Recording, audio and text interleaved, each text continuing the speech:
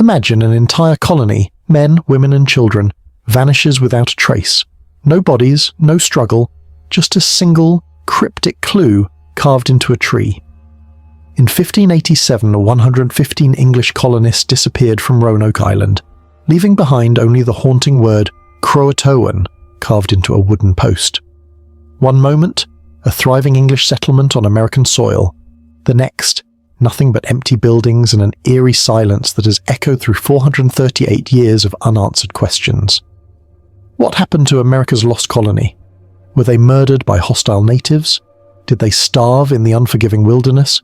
Or did something far more sinister claim every soul on that desolate island? This remains the ultimate historical cold case, leaving historians baffled for centuries while spawning theories that range from massacre to supernatural intervention. Tonight, we dive into America's oldest and most unsettling unsolved mystery, uncovering the chilling evidence, examining the mind-bending theories, and exploring the disturbing possibility that the disappearance of the Roanoke colonists wasn't a tragedy, but something far more calculated and sinister than history dares to admit. Welcome to the Bedside Historian, where the shadows of the past reveal their darkest secrets to those brave enough to listen. I'm your host, and tonight we journey across the treacherous Atlantic to the mysterious shores of Roanoke Island, where 115 English souls vanished into the American wilderness without leaving so much as a grave to mark their passing.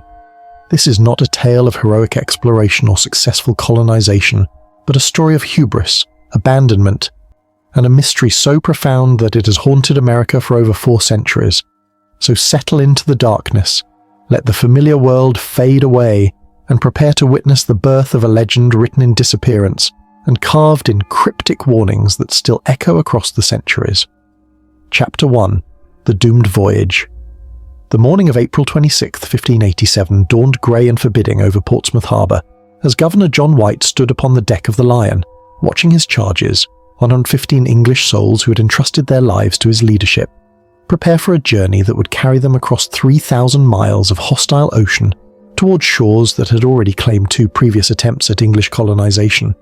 The vessel groaned beneath the weight of supplies, livestock, and dreams of prosperity in the New World, while the passengers huddled against the chill wind that seemed to carry omens of the doom awaiting them in the Virginia wilderness. White himself was a man of 57 years, his weathered face bearing the marks of previous voyages to America that had taught him both the promise and the peril of attempting to establish English civilization in lands where Christian feet had never tread. His artistic eye, trained through years of documenting the flora, fauna, and indigenous peoples of the New World, captured details that other colonizers missed. The subtle signs of resistance in native faces, the way animals fled at the approach of European boots, the strange quality of light that seemed to bend differently in American skies than in the familiar landscapes of England. Among the passengers crowding the Lion's deck stood Eleanor Dare, White's own daughter, her hand resting protectively over the child growing within her womb, while her husband Ananias gazed toward the horizon with the expression of a man who understood that this voyage represented either salvation or damnation for their small family. Eleanor carried not just new life, but the hopes of establishing a dynasty in Virginia, dreams that would prove as fragile as morning mist when confronted with forces that viewed English ambition as an affront to powers older than Christianity itself. The company that Sir Walter Raleigh had assembled for this 3rd attempt at American colonization was unlike the military expeditions that had preceded it, consisting instead of families and craftsmen who intended not merely to explore, but to establish permanent English presence in the New World. John Sampson brought his wife and children, as did Thomas Coleman, Morris Allen, and dozens of other men who believed that Virginia offered opportunities that England could no longer provide to ambitious souls willing to risk everything for the chance of prosperity in foreign lands. The children aboard the Lion represented both the future of English America and the most vulnerable members of an enterprise that would demand sacrifices no parent should be asked to make. Young Thomas Archard, barely 8 years old, played games of exploration with companions who shared his excitement about the adventure awaiting them, while teenage Margaret Lawrence helped care for younger passengers who would need protection during the long voyage and the harsh early months of colonial life that would test every soul among them. The livestock penned in the ship's hold, cattle, swine, and chickens that would provide sustenance for the colony, seemed to sense the unnaturalness of their situation, their distressed lowing and bleating creating a constant symphony of animal anxiety that matched the growing unease among passengers who had begun to question the wisdom of their decision to abandon familiar English soil for unknown American shores.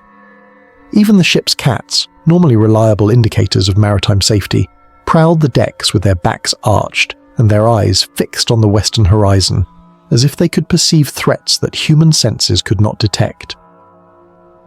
The supplies carefully loaded into the Lion's cargo holds represented everything the colonists believed they would need to establish self-sufficient English civilization in Virginia: tools for farming and construction, weapons for hunting and defense, medicines for treating ailments that New World diseases might bring, and books containing the accumulated knowledge of European civilization that would need to be preserved and transmitted in their new homeland.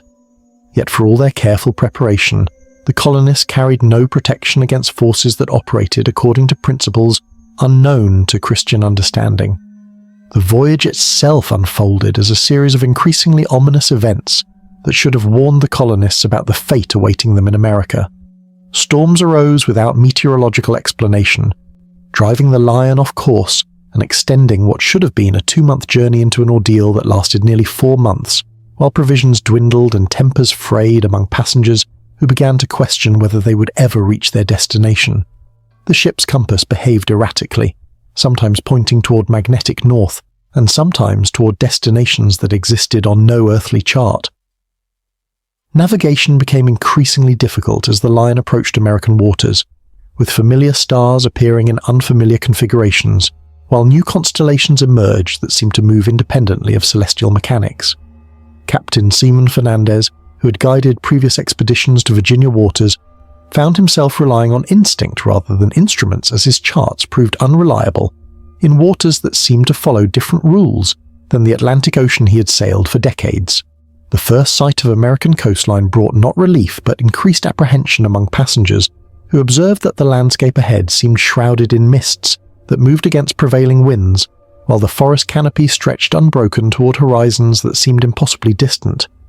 The Virginia they approached bore little resemblance to the fertile paradise that promotional literature had promised, appearing instead as a realm where European expectations would prove as useless as European maps in navigating challenges that awaited English colonizers. Native vessels appeared at the edge of vision, their occupants watching the approaching English ship with expressions that suggested knowledge of events yet to unfold. These indigenous observers made no attempt to communicate with the newcomers, instead maintaining their distance while following the Lion's progress with attention that indicated more than casual curiosity about European intentions in waters that had witnessed the mysterious disappearance of previous colonial attempts. Wildlife along the coast behaved in ways that violated natural patterns, with birds flying inland rather than following their normal migration routes, while marine creatures that should have been attracted to the ship's passage instead fled toward deeper waters as if the Lion carried contamination that threatened every living thing it approached. Even the weather seemed to respond to their presence, with sudden calms alternating with violent squalls that tested the seamanship of Captain Fernandez and his crew.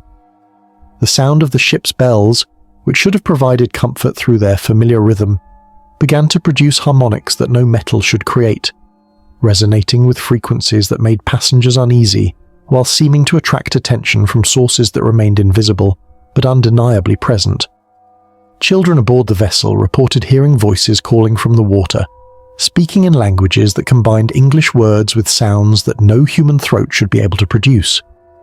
As the Lion finally approached Roanoke Island in late July 1587, the passengers crowded against the rails to catch their first glimpse of the land that would become their home, or their grave. The island appeared peaceful enough in the summer sunlight, its beaches inviting and its forests lush with vegetation that promised fertile soil for English crops. Yet something about the quality of light reflecting off the water seemed wrong to eyes accustomed to European illumination, while the silence that greeted their arrival was too complete for land that should have been teeming with natural life. The colonists' excitement at finally reaching their destination was tempered by the absence of any sign of the 15 men who had been left on Roanoke to maintain English presence until the new colonists arrived. No signal fires burned on the beaches, no figures emerged from the forest to welcome the newcomers, and no evidence of continued habitation was visible from the ship's deck. The island that was supposed to provide sanctuary for English civilization appeared as empty and mysterious as if no European foot had ever touched its shores. As boats were lowered to carry the first landing parties toward Roanoke's beaches, the passengers of the Lion carried with them not just their worldly possessions, but their hopes, fears, and dreams of establishing new lives in America.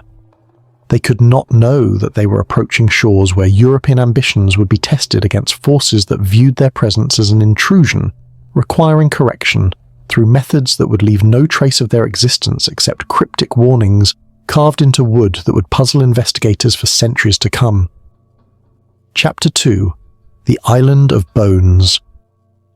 The morning sun cast long shadows across Roanoke Island's eastern shore, as Governor John White's boat ground against the sandy beach, its hull scraping against shells and debris that marked the high tide line with evidence of the violence that constantly reshaped this barrier island's contours.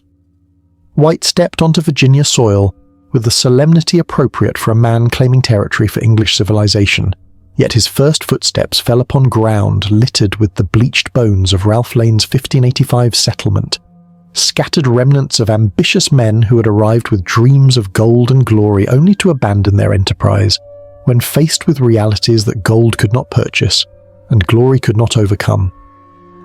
The skeletal remains of the previous colony's fortifications rose from the sand like the ribs of some prehistoric beast, their timber walls reduced to rotting posts that bore witness to the futility of European construction techniques when applied to landscapes that operated according to different principles than those governing English architecture. The palisade that should have protected Lane's men from native attack stood in ruins, not because of indigenous assault but because of forces that had worked from within, causing the very wood to decay at rates that violated natural law, while iron nails rusted to powder in months rather than years. Eleanor Dare lifted her skirts to avoid the scattered bones as she followed her father toward the ruins of what had once been intended as the first permanent English settlement in America, her hand resting protectively over her swollen belly while she tried to ignore the implications of walking across ground where English dreams had already died once before. The child within her womb seemed to sense the wrongness of this place, moving restlessly as if attempting to flee from shores that had rejected previous attempts at English habitation, through methods that left only bones and warnings for those foolish enough to ignore the lessons written in previous failures. Ananias Dare bent to examine a skull that had been picked clean by scavengers, its empty socket staring toward the forest, with an expression that suggested its owner had seen something that no living man should witness before death claimed him. The bone showed no signs of violence, no blade cuts, no projectile damage, no evidence of the warfare that military expeditions might have expected from hostile natives. Instead, the skull appeared to have been abandoned by flesh that had simply chosen to depart, leaving behind only mineral remnants that would eventually crumble to dust, unless disturbed by newcomers seeking to understand what forces had claimed their predecessors. The surviving structures of Lane's settlement told stories of abandonment that had been both sudden and carefully planned, with personal possessions left in positions that suggested their owners had departed in haste, yet had taken time to arrange their belongings according to patterns that made no sense to English eyes. Tools were found buried in precise geometric configurations, while clothing had been folded and stacked in ways that resembled altars more than storage arrangements. Books lay open to pages that contained warnings written in margins by hands that had learned truths their formal education had never prepared them to comprehend. Chief Manteo emerged from the forest shadows with a delegation of Croatoan warriors whose painted faces bore expressions of sympathy mixed with resignation, as if they had witnessed this scene before and understood its inevitable conclusion. The native leader's relationship with English colonizers dated to earlier expeditions, yet his manner suggested that previous friendships might not survive the challenges that Roanoke Island would present to any European settlement that attempted to establish permanent roots in soil that had been claimed by forces older than human civilization. "This place is not meant for your people," Manteo spoke in the careful English he had learned during visits to London, his words carrying weight that transcended mere linguistic communication. "The spirits who dwell here have made their will known through the fate of those who came before. Your houses will not stand where others have fallen. Your crops will not grow where English blood has been spilled. Your children will not thrive where the earth itself rejects foreign seed. White dismissed such warnings as primitive superstition, his European rationality unable to accept that landscapes might possess wills of their own, or that soil could actively resist agricultural techniques that had proven successful in English fields for centuries. His artistic training had taught him to observe details that others missed, yet his cultural conditioning prevented him from interpreting observations that contradicted assumptions about European superiority in matters of land use and agricultural development. The work of establishing a new settlement on the ruins of the old proceeded according to plans that had been formulated in London by men who had never experienced the unique challenges that Virginia presented to European ambitions. Trees were felled using techniques that had proven effective in English forests, yet the Virginia timber seemed to resist cutting tools while healing from wounds at rates that made construction projects nearly impossible to complete. Foundations were dug according to architectural principles that had supported English buildings for generations, yet the Roanoke soil seemed to shift and settle in ways that made permanent construction impossible to achieve. The livestock brought from England to provide meat, milk and eggs for the colonists displayed behaviour that suggested they understood their environment better than their human masters, refusing to graze on grass that appeared lush and nutritious, while showing signs of distress that no amount of careful husbandry could alleviate. Cattle stood motionless for hours, their eyes fixed on the forest line as if watching for threats that never materialized, yet never ceased to exist, while chickens refused to lay eggs and swine would not root in soil that should have been perfect for their natural behaviors. The construction of individual family dwellings proceeded slowly, as each day brought new challenges that had not been anticipated during the planning phases of the colonial enterprise. Timber that had been cut and seasoned according to proper techniques would split along grain lines that followed no pattern known to English carpentry, while nails driven into wood would work themselves loose overnight despite being properly set, according to methods that had proven reliable in European construction projects. The colonial gardens that were supposed to provide vegetables for the settlement's survival were planted according to agricultural wisdom that had sustained English communities for generations, yet the seeds brought from Europe either failed to germinate or produced plants that bore no resemblance to their parent species. English wheat planted in Virginia soil grew into stalks that reached impossible heights before collapsing under their own weight, while familiar vegetables produced fruit that was beautiful to observe but bitter to taste and harmful to consume. The well that was dug to provide fresh water for the colony reached underground streams that flowed with liquid that appeared pure but left those who drank it with symptoms that no European physician could diagnose or treat. The water itself seemed to carry properties that affected not just physical health, but mental clarity, causing those who consumed it to report visions and auditory experiences that suggested the island's underground streams carried more than simple moisture through the earth beneath their feet.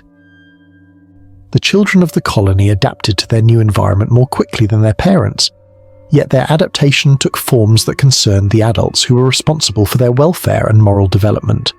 Young ones reported playing with indigenous children who appeared and disappeared without explanation, while developing knowledge of plants, animals, and natural phenomena that exceeded anything they could have learned through formal instruction or casual observation during their brief time on the island.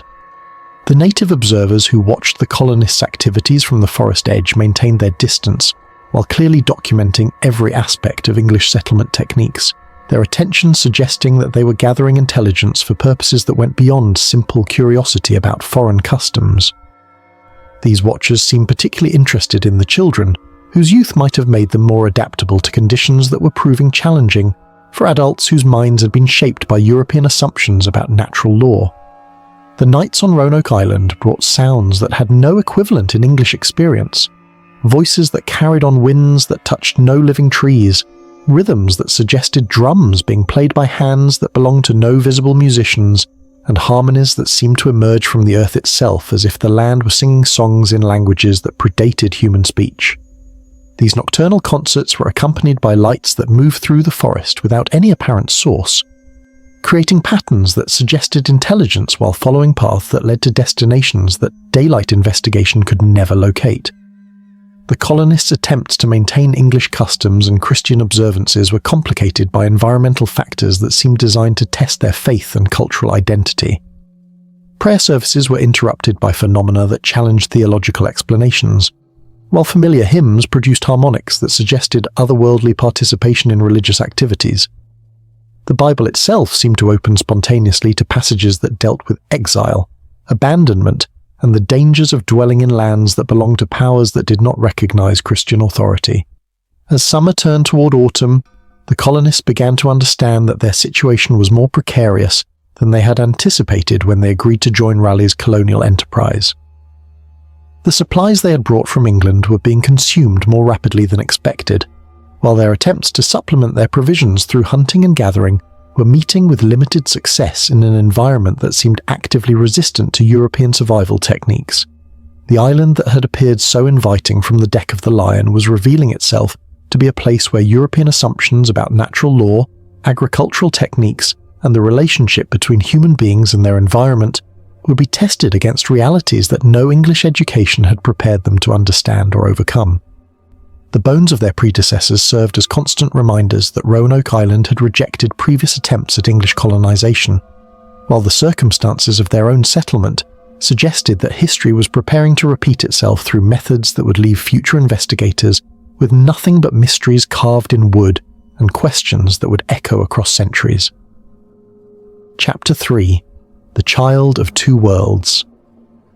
The labour pains that seized Eleanor Dare on the night of August 17, 1587, arrived with a violence that seemed to echo through every corner of Roanoke Island, as if the land itself were participating in the struggle to bring forth the first English child born on American soil.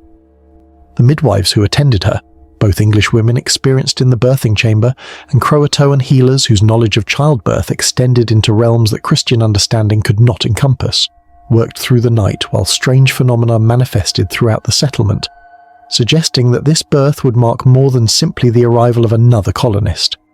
Eleanor's screams pierced the darkness as contractions racked her body with pain that exceeded anything natural childbirth should inflict. Her cries answered by voices that called from the forest depths in languages that no human throat should be able to produce. The attending women observed that Eleanor's travail followed no pattern they had witnessed in previous births, with periods of agony alternating with moments of supernatural calm during which the labouring woman's eyes reflected starlight despite the absence of any celestial illumination in the birth chamber. The Croatoan medicine woman who'd been summoned to assist with the delivery spoke in whispers of ancient prophecies concerning pale children born on sacred ground, her painted face grave with knowledge that she was forbidden to share with the English women who remained ignorant of the spiritual forces that governed pregnancy and birth in lands where different rules applied to the creation of human life. Her presence in the birthing chamber was not merely medical assistance but spiritual protection against influences that viewed the arrival of European children as opportunities for intervention in human affairs. Outside the dwelling where Eleanor struggled to bring forth her child, the night sky erupted in displays of coloured light that bore no resemblance to any natural phenomenon that English observers had previously witnessed.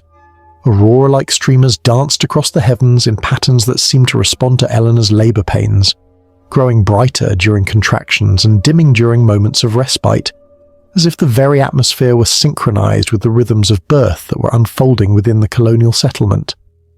The other colonists gathered in small groups throughout the settlement, their conversations conducted in whispers as they observed phenomena that challenged every assumption they had formed about the natural world during their brief time on Roanoke Island. Animals throughout the area had begun behaving in ways that violated their normal patterns. Nocturnal creatures emerged in daylight hours, while diurnal species fled toward the forest depths as if seeking sanctuary from events that their instincts recognized as dangerous to every living thing on the island. John White paced outside his daughter's dwelling like a man whose mind was being torn between paternal concern and growing awareness that forces beyond his control or understanding were shaping events that would determine not just his grandchild's fate, but the future of English colonization in America.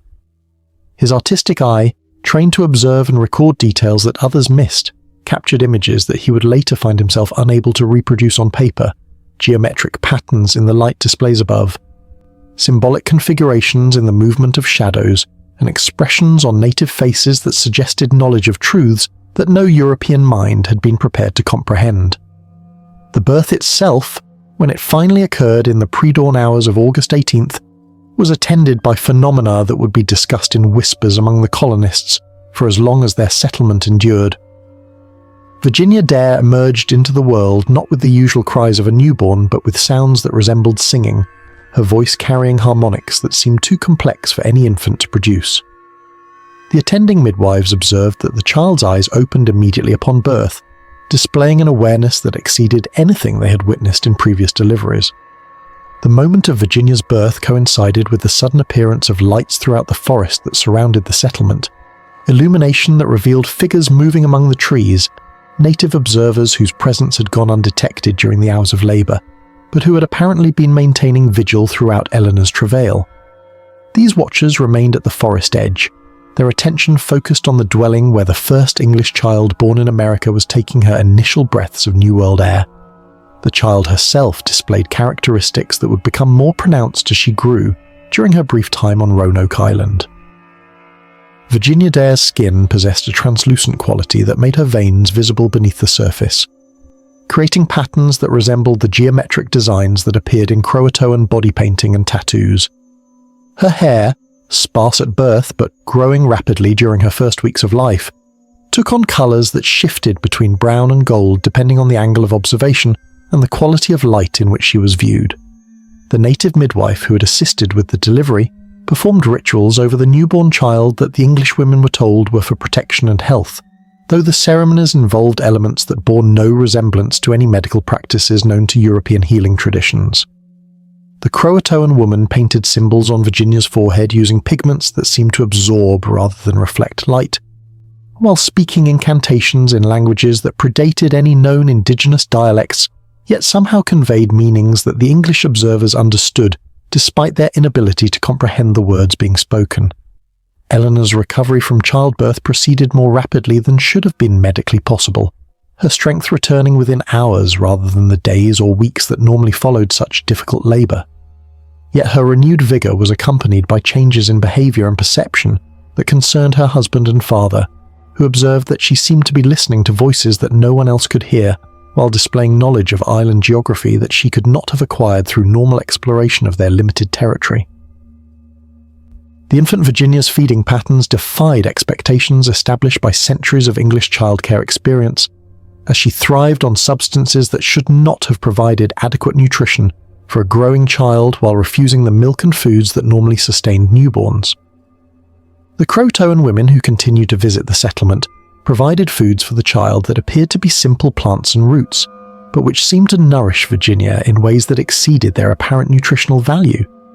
The colonists' attempts to celebrate Virginia's birth according to English custom were disrupted by environmental phenomena that suggested the island itself was responding to the presence of the first European child born on American soil. Weather patterns shifted without meteorological explanation, creating localized storms that affected only the immediate area around the settlement, while leaving surrounding regions untouched. Plant growth accelerated in patterns that formed geometric designs around the dwelling where Virginia had been born, creating natural mandalas that seemed too precise to be products of random botanical processes. The child's sleep patterns followed no schedule that her parents could establish or predict, with periods of rest that seemed to correspond to astronomical events rather than normal circadian rhythms. During the hours when Virginia slept, the settlement experienced complete silence. No wind through the trees, no animal sounds from the forest, no movement of any kind that might disturb the infant's rest. These periods of supernatural quiet were followed by intervals of activity that seemed to make up for the previous stillness, with wildlife emerging in unprecedented numbers, while the forest itself seemed to pulse with vitality that exceeded normal seasonal patterns. Virginia's presence in the settlement attracted attention from indigenous visitors who had previously maintained their distance from the English colonists, with delegations arriving from tribes throughout the region to observe the child whose birth had been accompanied by celestial phenomena that held significance in prophecies and legends that stretched back beyond recorded indigenous history. These observers brought gifts that were clearly ceremonial rather than practical, items crafted from materials that seemed to shift and change when viewed from different angles, objects that produced sounds when no force was being applied to them, and substances that glowed with their own internal light despite containing no obvious source of illumination. The colonial children who had been born in England displayed fascination with their new companion that exceeded normal childhood interest in babies, gathering around Virginia with expressions of understanding that suggested they recognized something in her that adults could not perceive.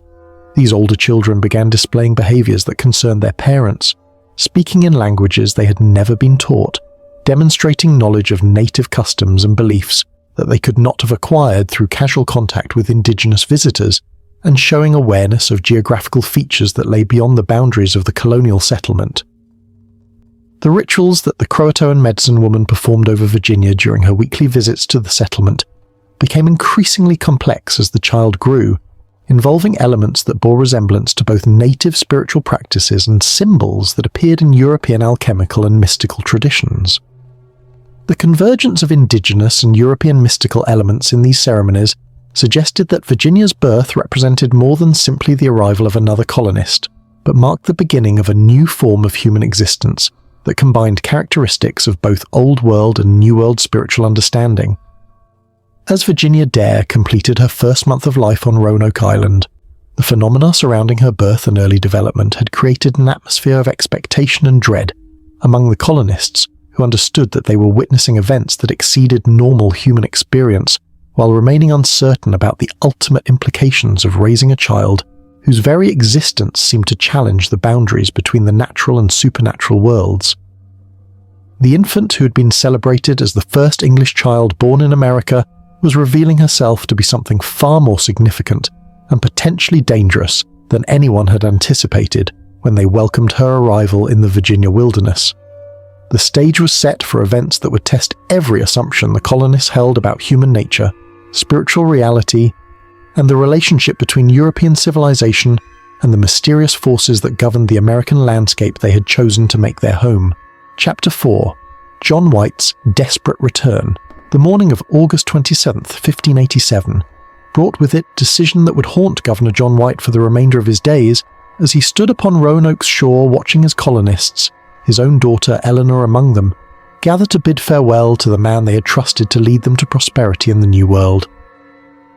The infant Virginia Dare lay cradled in her mother's arms, her strange eyes reflecting depths that seemed to hold knowledge of the abandonment about to unfold, while the assembled colonists maintained expressions of brave resignation that poorly concealed their growing terror at the prospect of facing whatever dangers lurked in the Virginia wilderness without their appointed leader's protection. White's decision to return to England for supplies had been reached through desperate calculation rather than careful planning, his assessment of the colony's situation revealing shortages that threatened immediate starvation unless additional provisions could be obtained from sources that existed only across 3,000 miles of hostile ocean.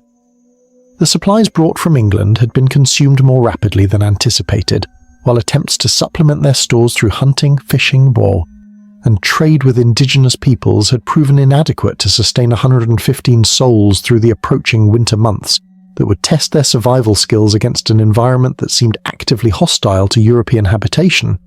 The colonists gathered around their departing governor understood that his voyage would require months to complete, under the best circumstances, while Spanish naval activities and English political complications could extend his absence indefinitely, leaving them to face challenges that no amount of preparation could anticipate or overcome. Yet their situation had deteriorated to the point where White's departure represented their only hope of obtaining the resources necessary for survival, even though that hope required trusting their lives to a man whose previous colonial experience had proven inadequate to prevent the current crisis. Eleanor Dare's farewell to her father was conducted with the stoicism that English tradition demanded of women facing separation from family members, yet observers noted that her composure seemed to derive from sources beyond mere cultural conditioning. Her behavior during the weeks following Virginia's birth had displayed changes that concerned those who knew her well, as she spoke increasingly of visions and dreams that provided guidance about survival techniques that no English education had taught her, while demonstrating knowledge of indigenous customs and natural phenomena that exceeded anything she could have learned through casual observation. "You will find us here upon your return," Eleanor told her father, her voice carrying certainty that seemed to transcend normal hope or optimism. "Though we may not be precisely as you left us when you sailed away, The land demands changes of those who would dwell upon it, and we have learned that survival requires adaptation to forces that English minds struggle to comprehend. Virginia will grow strong in this place, but her strength will be drawn from sources that you may not recognize when you see them. The infant herself seemed to respond to the emotional tension surrounding White's departure, her strange singing replacing the normal cries that English babies produced when disturbed by adult anxieties. The sounds she made carried harmonics that resonated through the settlement, with effects that calmed the fears of some colonists, while intensifying the unease of others who recognized that no human child should possess vocal capabilities that produce such complex musical patterns. The Croatoan women who continued to visit the settlement listened to Virginia's singing with expressions that suggested understanding of meanings that remained hidden from European perception. Ananias Dare's behavior during the farewell ceremonies revealed the strain that fatherhood and colonial leadership had placed upon a man whose London experience had provided no preparation for the challenges he now faced as head of a family, in an environment where European assumptions about natural law seemed increasingly irrelevant. His farewell to White was conducted with the formality appropriate to transferring governmental authority, yet his words carried undertones that suggested he understood the colonists' situation more clearly than their departing governor cared to acknowledge. "We will maintain English order as long as English order serves our survival," Ananias declared, his statement containing implications that White chose not to examine too closely. But we have learned that this land requires flexibility from those who would make it their home.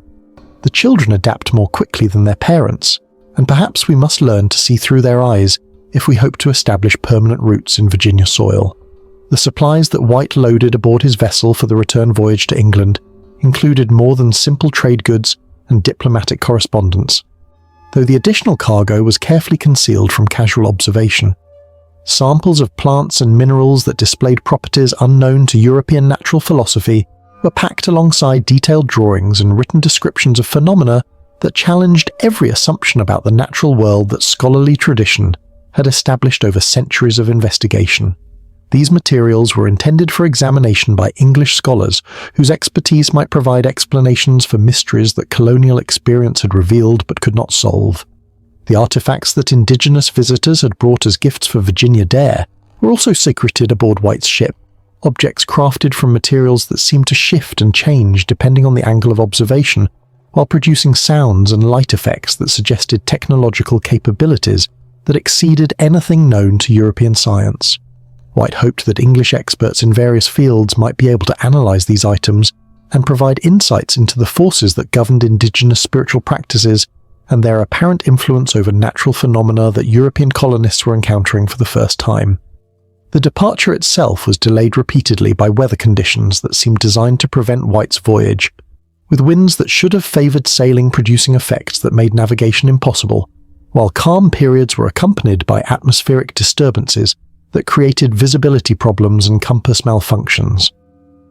These delays extended White's time on Roanoke Island long enough for him to observe additional phenomena that reinforced his understanding that the colonists were dealing with challenges that exceeded normal colonial experience while remaining within the bounds of events that rational explanation might eventually encompass. The final morning of White's stay brought with it a gathering of indigenous observers from throughout the region, delegations that arrived without announcement yet seemed to coordinate their presence through communication methods that left no visible traces of the messages that must have been exchanged to achieve such precise timing. These representatives from various tribes maintained respectful distances from the English colonists, while clearly documenting every aspect of the departure ceremonies. Their attention focused particularly on Eleanor Dare and her infant daughter, whose significance in indigenous prophecy and legend was becoming increasingly apparent. Chief Manteo's farewell to White was conducted according to diplomatic protocols that reflected both men's understanding that political relationships between English and indigenous communities would be tested by the governor's absence, while the survival of both groups might depend on cooperation that transcended normal cultural boundaries. The Croatoan leader's words carried warnings that White documented carefully, despite his inability to fully comprehend their implications for the colonists who would remain under Manteo's protection during the uncertain months ahead. The spirits of this place have accepted the pale child as one of their own, Manteo explained through translation that conveyed meanings beyond literal interpretation. But acceptance requires transformation, that your people may find difficult to embrace. Those who remain must learn to see with eyes that perceive more than surface appearances, to hear voices that speak in languages older than human speech, and to walk paths that lead through territories that exist beyond the boundaries of the world your maps describe. The emotional impact of White's departure was most evident among the colonial children, whose adaptation to Roanoke Island had proceeded more rapidly than their parents' adjustment, while taking forms that suggested fundamental changes in human development when exposed to environmental influences that operated according to principles unknown to European educational theory.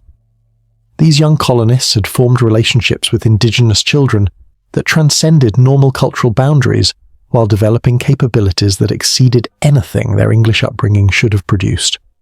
The boat that carried White away from Roanoke's shore was followed by indigenous canoes, whose occupants maintained escort duties until the English vessel disappeared beyond the horizon, their presence serving both as honor guard and as witness to events that would be remembered in oral traditions long after European records of the colonial experiment had been lost or forgotten. The paddlers sang songs in languages that created harmonics with Virginia Dare's distant voice, producing musical effects that seemed to bind the departing governor to the island through acoustic connections that would persist across oceanic distances. White's final glimpse of Roanoke Island revealed a settlement that appeared more indigenous than English, with modifications to colonial architecture that reflected adaptation to local environmental conditions, while the colonists themselves displayed behavioral changes that suggested their transformation was proceeding more rapidly than anyone had anticipated.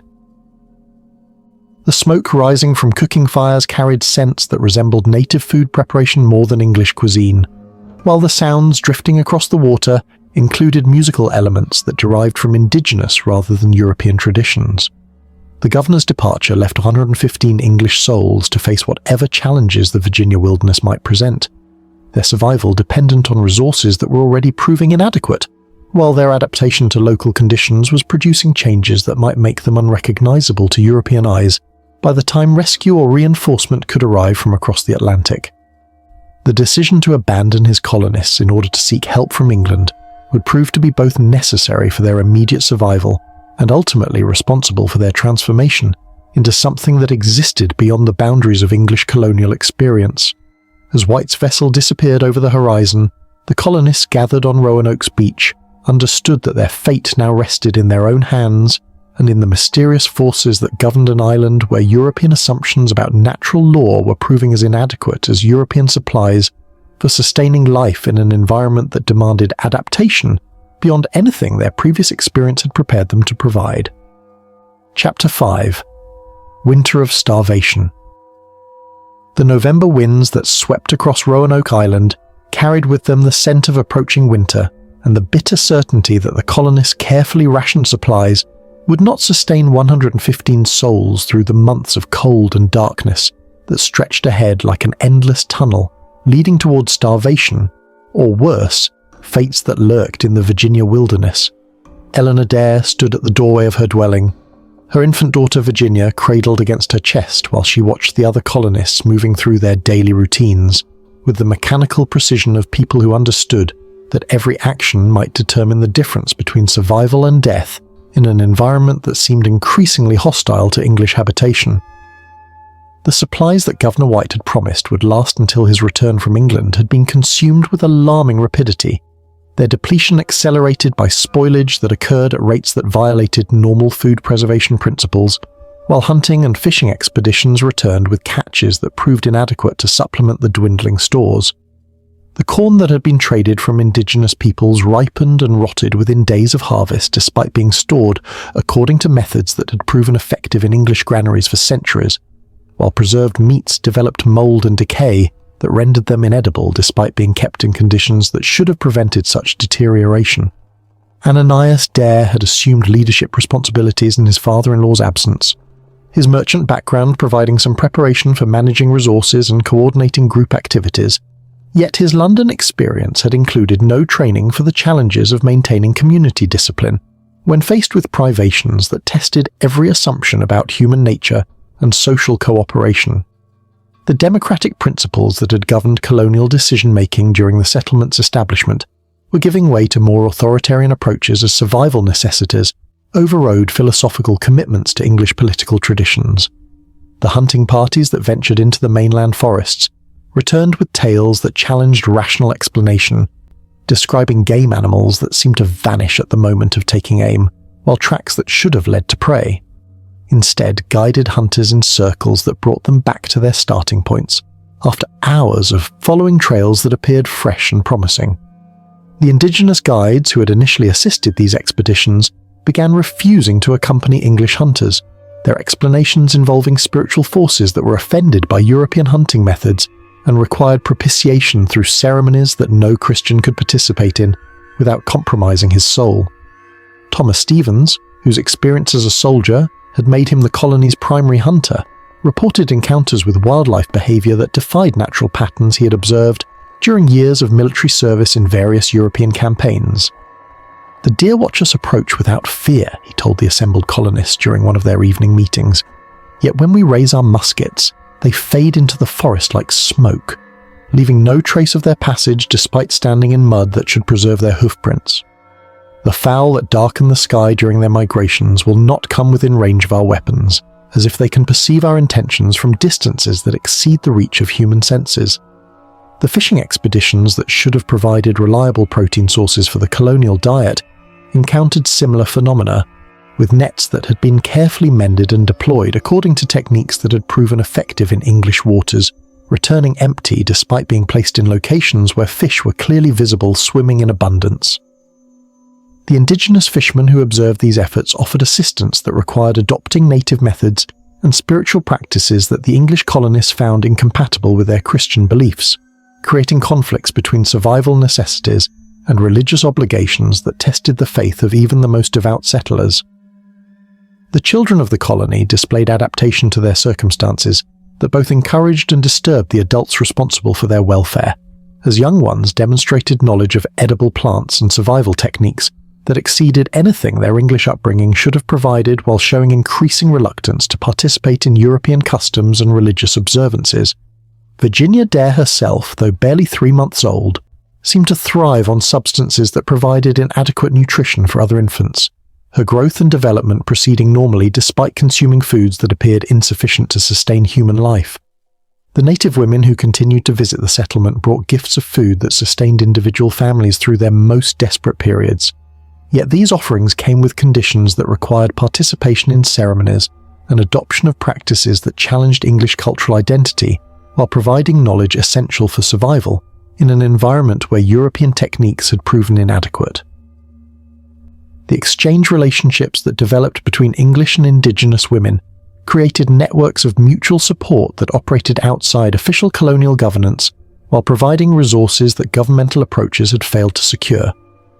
The colonial gardens that had been planted according to English agricultural wisdom produced harvests that defied normal growing patterns, with some crops flourishing beyond expectations, while others failed completely despite receiving identical care and attention. The plants that succeeded in Virginia soil often bore fruit that resembled their European ancestors in appearance, but differed significantly in taste, nutritional value, and effects upon those who consumed them, creating dietary challenges that required careful experimentation to determine which foods could be safely incorporated into colonial meals. The medicinal herbs that English colonists had brought from Europe proved ineffective for treating ailments that arose from extended residence on Roanoke Island, while indigenous plant medicines provided relief for conditions that European medical knowledge could not diagnose or address. The colonial physician, Dr. Jones, found himself increasingly dependent on native healing practices that challenged his university training while providing therapeutic benefits that exceeded anything available through conventional medical approaches. The psychological effects of prolonged isolation and resource scarcity began manifesting in behaviors that tested community cohesion and individual sanity, with colonists reporting vivid dreams that seemed to provide guidance about survival techniques, while also conveying messages from sources that remained unidentified, but clearly possessed knowledge about local conditions that exceeded anything available through normal observation. These nocturnal experiences were so consistent among different individuals that community leaders began treating dream information as reliable intelligence for planning colonial activities. Eleanor Dare's role in the community evolved beyond her status as the governor's daughter to encompass responsibilities that resembled indigenous spiritual leadership more than English administrative authority. Her knowledge of local conditions and survival techniques had grown through sources that remained mysterious to other colonists, while her ability to communicate with native visitors exceeded her formal language training and seemed to involve understanding that transcended normal linguistic barriers. The division of labour within the colony adapted to circumstances that required abandoning traditional English gender roles and social hierarchies in favour of arrangements that maximise survival potential, regardless of cultural precedent or religious doctrine. Women assumed responsibilities that had traditionally belonged to men, while children participated in activities that would have been considered inappropriate for their age and status in English society, but which proved essential for colonial survival in an environment that demanded flexibility from all community members. The relationship between English colonists and indigenous neighbours became increasingly complex as survival necessities created dependencies that transcended normal diplomatic boundaries, while cultural differences remained significant obstacles to complete integration. The mutual assistance that developed between the two communities required compromises from both sides, with English colonists adopting native practices while indigenous peoples shared knowledge and resources that their own survival strategies had developed over generations of residence in the Virginia environment. The religious observances that had provided structure and meaning for colonial life became increasingly difficult to maintain, as survival activities consumed time and energy that had previously been devoted to spiritual practices, while the effectiveness of indigenous ceremonies in addressing practical problems created theological challenges that tested the faith of colonists who'd been raised to believe in the superiority of Christian approaches to spiritual and material difficulties. As winter deepened and the colonists' situation became increasingly desperate, the community faced decisions that would determine not just their immediate survival, but their long-term identity as English Christians attempting to maintain European civilization in an environment that seemed designed to test every assumption they held about human nature, divine providence, and the relationship between civilized society and the natural world that surrounded and threatened to overwhelm their small settlement on the edge of a vast and mysterious continent. The stage was set for transformations that would challenge every principle upon which English colonial enterprise had been founded, while the colonists themselves began to understand that survival might require abandoning aspects of their cultural identity that they had previously considered essential to their humanity and their soul's salvation in the eyes of the Christian God they had brought with them across the Atlantic to shores where different spiritual forces held sway over human destinies. Chapter 6. Voices in the Forest. The autumn of 1588 arrived like a funeral shroud, casting the island in shades of rust and gold that reminded the colonists too much of dried blood. Eleanor Dare stood at the edge of the settlement, her infant daughter Virginia pressed against her chest, listening to sounds that had no earthly source. The forest whispered in languages older than memory, and with each passing day the voices grew clearer. "Do you hear them too?" she asked her husband Ananias, who stood beside her with hollow eyes and hands that trembled even in the warm October air. The man who had once been robust and confident now appeared gaunt, his clothes hanging loose on a frame diminished by months of meagre rations and sleepless nights. Ananias nodded slowly, his gaze fixed on the tree line where shadows seemed to move independent of any wind. "They speak of hunger," he whispered, "of bones beneath the earth, of promises broken and blood spilled." The colony had endured another brutal summer. Their crops, planted with such hope in the spring, had withered under an unforgiving sun that seemed to burn hotter here than anywhere else in the known world.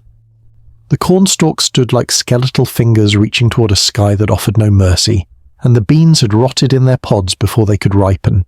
Even their attempts at fishing had yielded little. The waters around Roanoke seemed cursed, producing catches so meagre that the colonists began to wonder if the very fish fled from this place of ancient sorrows. Chief Manteo, their only remaining indigenous ally, had grown increasingly distant as the season progressed. Once eager to share knowledge and trade, he now approached the settlement with reluctance, his weathered face bearing expressions that the colonists had learned to fear. When pressed about the strange phenomena plaguing their community, the voices, the moving shadows, the dreams that came to all of them in the deep of night, Manteo would only shake his head and mutter words in his native tongue that sounded like warnings. "The old ones grow restless," he had told Eleanor during his last visit 3 weeks past. "Your people, they wake things that should sleep.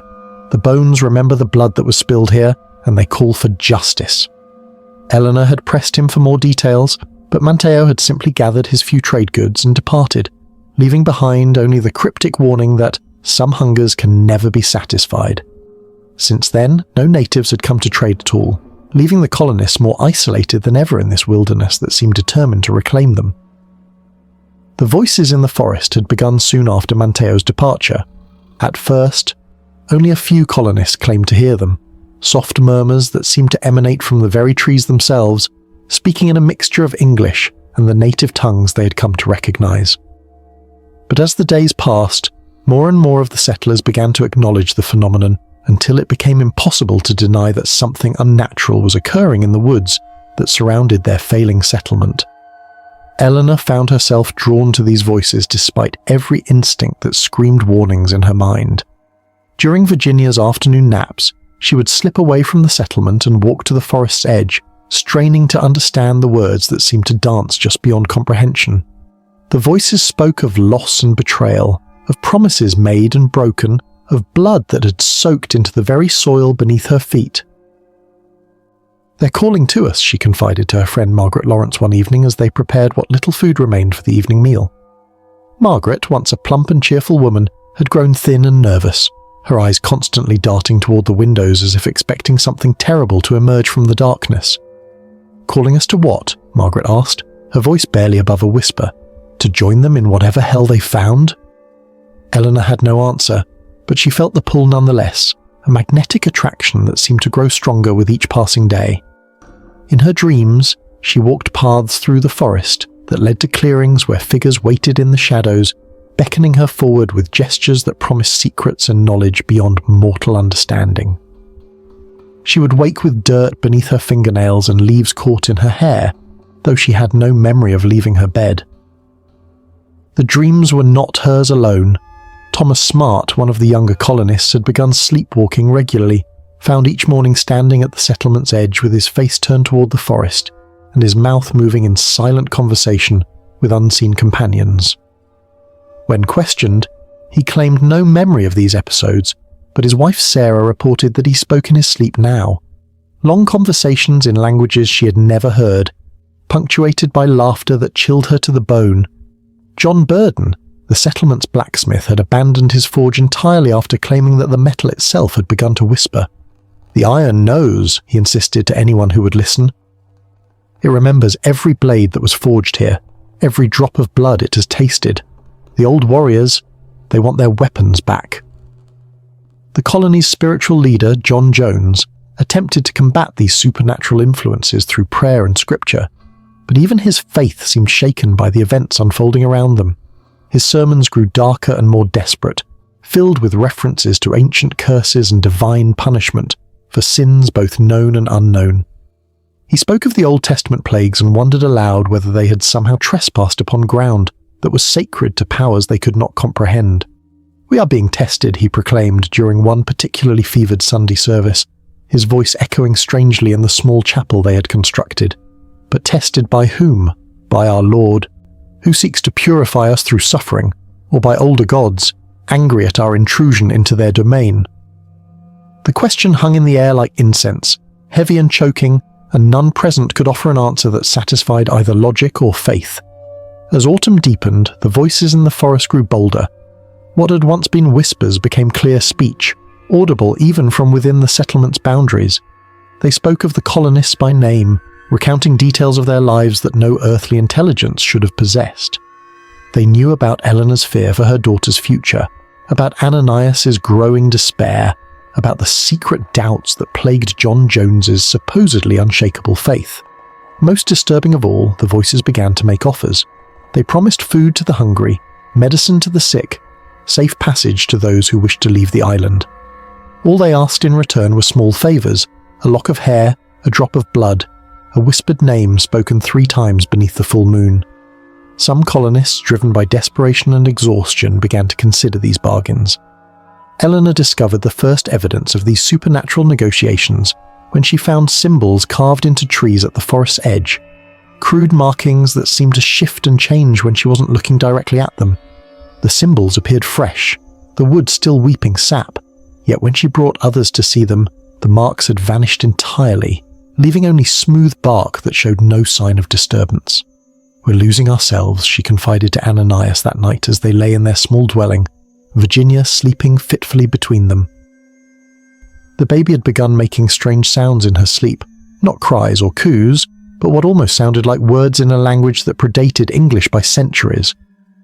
Ananias turned to face her in the darkness, and in the faint moonlight filtering through their crude window, Eleanor could see that her husband's eyes had changed. Once warm and brown, they now seemed to hold depths that spoke of knowledge no mortal should possess. "Perhaps," he said softly, "losing ourselves is the only way to find what we truly need." The words sent ice through Eleanor's veins, not because they were spoken with malice or madness, but because they rang with a terrible logic that her exhausted mind found increasingly difficult to resist. Outside their dwelling, the forest voices rose in what might have been triumph or might have been sorrow. In the end, Eleanor realized it might not matter which. As October drew to a close, the line between the living settlement and the whispering woods grew ever thinner, and Eleanor began to understand that perhaps it had never been as solid as they had believed. The voices in the forest were no longer calling from a distance, they were calling from within. Chapter 7. The Croatoan Symbol. November brought with it a cold that seemed to seep into the very bones of the earth, and with that cold came a desperation that transformed the remaining colonists into shadows of their former selves. Eleanor Dare watched from her dwelling as her neighbours emerged each morning looking more hollow, more distant, as if essential parts of themselves were being slowly stripped away by forces beyond their understanding. The first carving appeared on the morning of November the 3rd, etched deep into the bark of the great oak that stood at the centre of their settlement. The word Croatoan had been cut with precision and care, each letter perfectly formed despite the evident haste with which the message had been delivered. No one had seen or heard the carving being made, though several colonists swore they had been awakened in the night by the sound of metal scraping against wood. "It's a message," declared Thomas Harriot, the settlement scholar, as he examined the marking with hands that shook from more than just the morning chill. But from whom? And why now? The name Croatoan was familiar to all present. It was the island some 50 miles south where their ally Chief Manteo's people dwelt, and where Governor White had originally planned to relocate the colony if circumstances demanded such a move. But the appearance of this word, carved in the dead of night by unknown hands, felt less like guidance, and more like a summons from powers that cared nothing for their mortal concerns. John Jones, their spiritual leader, approached the carving with obvious reluctance, his prayer book clutched against his chest like a shield.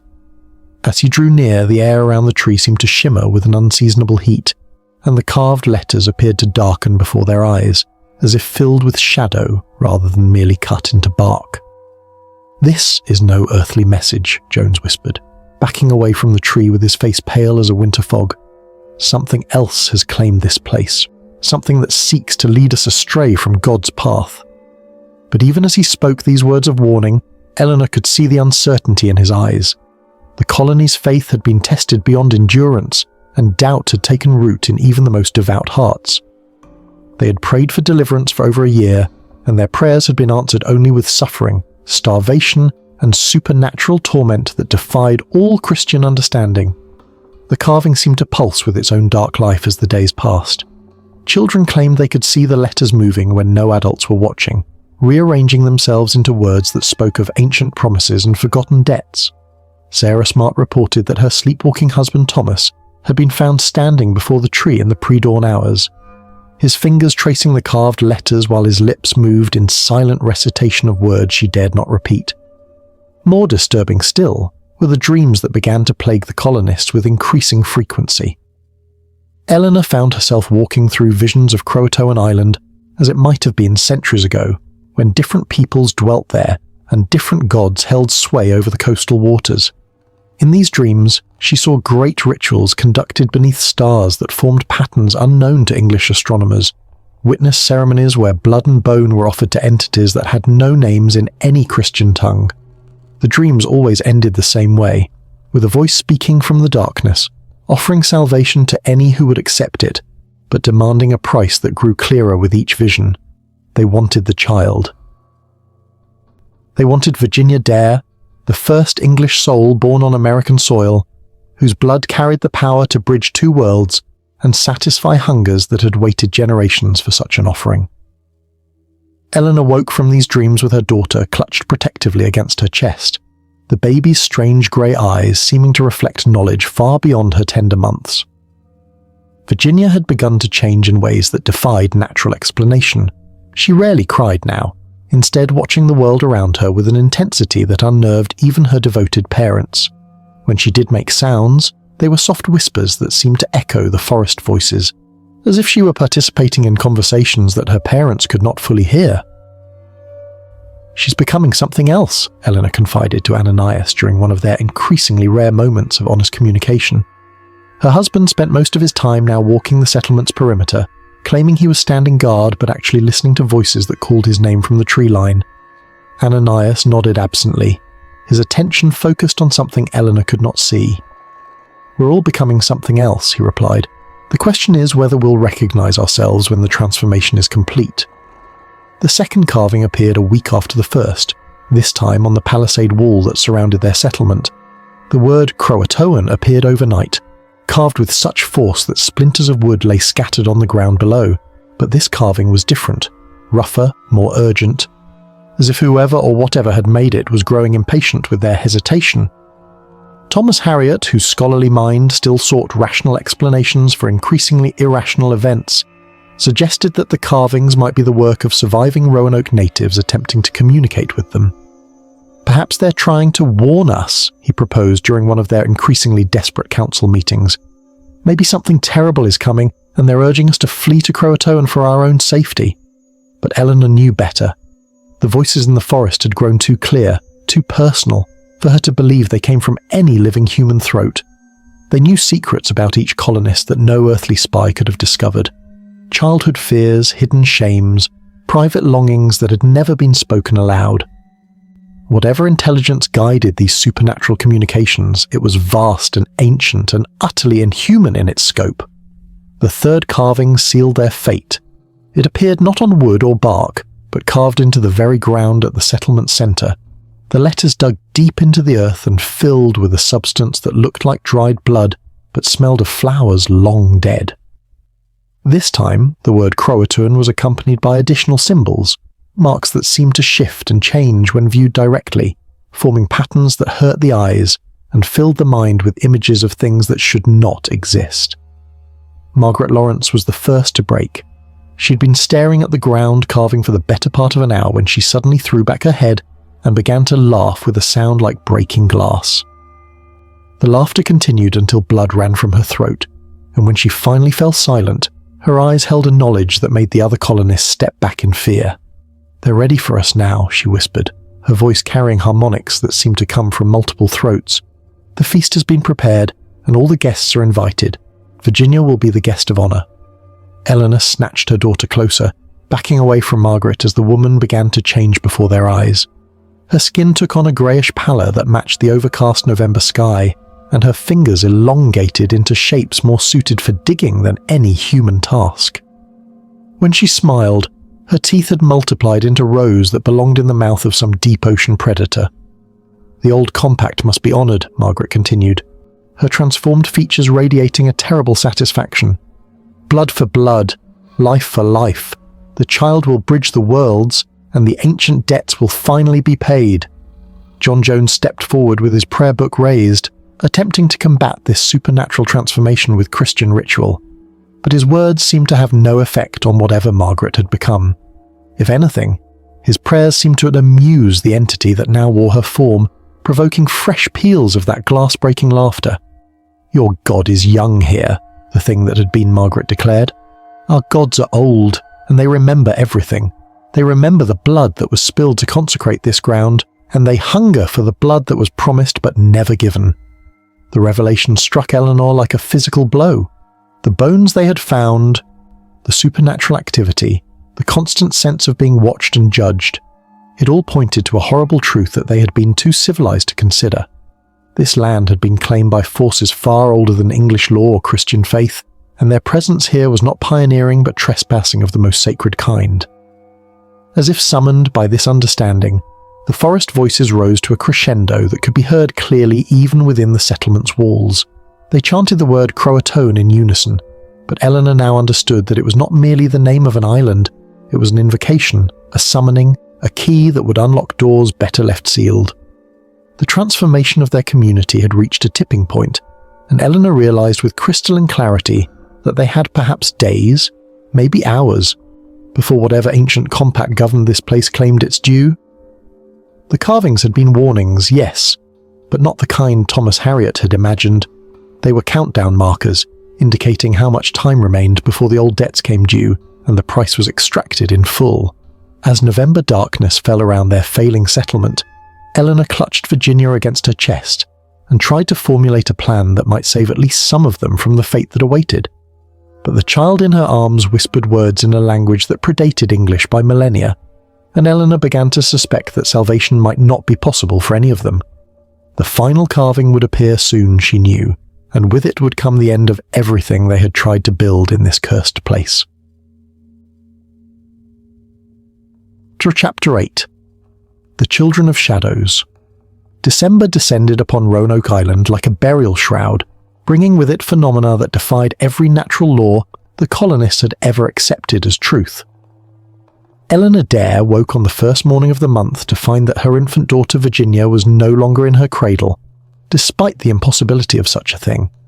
The baby could barely hold her head upright, let alone climb from her bed and disappear into the winter darkness. She found Virginia an hour later, sitting in the centre of the settlement surrounded by a circle of symbols drawn in what appeared to be ash, mixed with something darker. The child sat perfectly upright despite her tender age, her strange grey eyes focused on something in the distance that Eleanor could not see. When Eleanor approached, Virginia turned those uncanny eyes toward her mother and spoke her first word, not mama or papa, as any natural child might, but Croatoan, pronounced with perfect clarity in a voice that seemed far too mature for her tiny throat. "She's changing faster now," Ananias observed from behind Eleanor, his own voice carrying notes that suggested he too was becoming something other than what he had been. "They all are." Eleanor turned to see what he meant and gasped at the sight that greeted her. Throughout the settlement, the children had emerged from their dwellings and now stood in formation around Virginia's circle, their faces bearing expressions of knowledge that no child should possess. Little Samuel Hayes, barely 4 years old, stared at Eleanor with eyes that held the wisdom of centuries. 8-year-old Agnes Vickers smiled with a mouth that seemed to contain too many teeth, while her younger brother Thomas hummed melodies that hurt to hear and formed patterns in the air that made reality seem to bend. "What's happening to them?" Eleanor whispered, though part of her already knew the answer. The ancient forces that claimed dominion over this cursed ground had chosen the most innocent among them as vessels for their return to the world of the living. The adult colonists who remained unchanged watched in horror as their children began to demonstrate abilities that belonged in no Christian understanding of creation. Little Margaret Burden could make flowers bloom from frozen ground with a touch of her small fingers, though the blossoms that appeared were colours that had no names and seemed to whisper secrets when the wind moved through their petals. John Wills, the cooper's son, had begun speaking with animals, not the simple communication of a child's imagination, but actual conversations in which the creatures of the forest shared intelligence that helped the settlement in subtle but unmistakable ways. Most disturbing of all was the way the changed children seemed to coordinate their activities without any visible communication. They would move in perfect synchronization, gathering at specific locations throughout the settlement, to perform rituals that their parents did not understand but dared not interrupt. These ceremonies involved the creation of complex patterns using stones, shells, and other natural materials, patterns that seemed to pulse with their own inner light when viewed at certain angles. Eleanor discovered the true purpose of these rituals when she found a collection of drawings hidden beneath Virginia's cradle. The papers, though she could not remember providing her infant daughter with writing materials, contained detailed maps of Croatoan Island rendered with impossible precision. But these were not maps of the island as it existed in their present time. They showed Croatoan as it had been centuries ago, when different peoples had called it home and different structures had marked its landscape. The drawings depicted a great temple complex at the island's heart, surrounded by smaller buildings that served purposes Eleanor could only guess at. Symbols covered every surface of these ancient structures, symbols that matched the ones appearing with increasing frequency around their settlement. At the center of the temple complex sat a throne-like structure, carved from what appeared to be a single massive bone, and upon this throne waited a figure that was not quite human, but not entirely alien either. "She draws while she sleeps," Ananias explained when Eleanor confronted him with the mysterious papers. "All of them do. Each night brings new images, new revelations about what waits for us on Croatoan." Eleanor examined the drawings more closely and felt ice form in her veins as she recognized architectural details that corresponded exactly to the ruins they had found scattered throughout Roanoke Island. These were not the products of a child's imagination, but genuine historical records accessed through means that transcended normal human perception. The children's transformation accelerated as December progressed. They required less food and sleep than before, spending their nights in silent communion with forces that spoke to them in dreams and visions.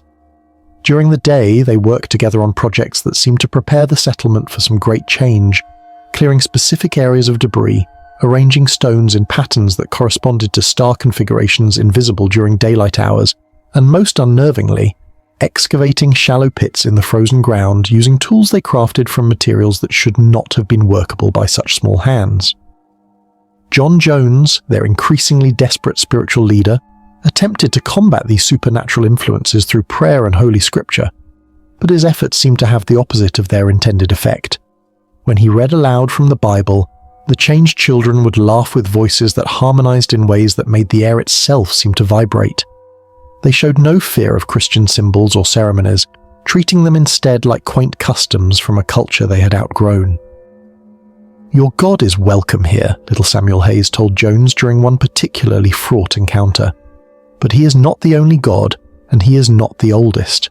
The ones we serve remember when this land was young, and they will still be here when your God's name is forgotten." The boy spoke these words with such calm certainty that even Jones found his faith shaken. How could a child barely old enough to walk speak with such theological sophistication? What power had granted him access to knowledge that challenged the very foundations of Christian understanding? The answer came on December 15th, when Eleanor discovered that the changed children had been leaving the settlement during the night to attend gatherings in the forest.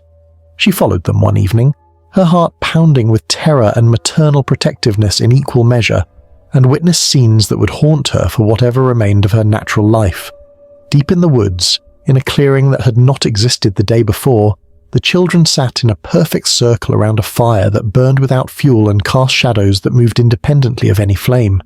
Standing among them were figures that Eleanor's mind struggled to process. Tall, graceful beings that seemed to be composed of equal parts flesh and starlight, their faces bearing features that were almost human, but refined beyond mortal possibility. These entities spoke to the children in languages that predated human civilization, sharing knowledge that encompassed the true history of the land they now occupied. Eleanor learned, through fragments of conversation she could understand, that Roanoke Island had been sacred ground for thousands of years before any European had set foot on its shores. The bones they had found were not casualties of ancient warfare, but willing sacrifices, offered to maintain a compact between the physical world and realms of existence that lay beyond normal perception. The arrival of the English colonists had disrupted this ancient balance, awakening powers that had slumbered for generations and creating a debt that could only be repaid through the voluntary surrender of innocence itself. The children, being closest to the pure state that these entities valued above all else, had been chosen as bridges between worlds, living conduits through which the old powers could once again manifest in the physical realm. "Your daughter is especially precious to us," one of the starlight beings said, its voice reaching Eleanor despite the distance and her attempts to remain hidden. "She carries the blood of two peoples and the potential to heal wounds that have festered for centuries. Through her, the old compact can be renewed, and both your people and ours can find the peace that has so long eluded us." Eleanor wanted to flee, to gather her child and escape to some place where ancient gods held no sway. But she found herself paralyzed by the beauty and terrible logic of what she witnessed. The changed children were not suffering. If anything, They seemed more content and purposeful than they had ever been as ordinary human beings. They laughed with genuine joy as they learned secrets of the universe that adult minds could not encompass, and they moved with grace that spoke of perfect harmony between body and spirit.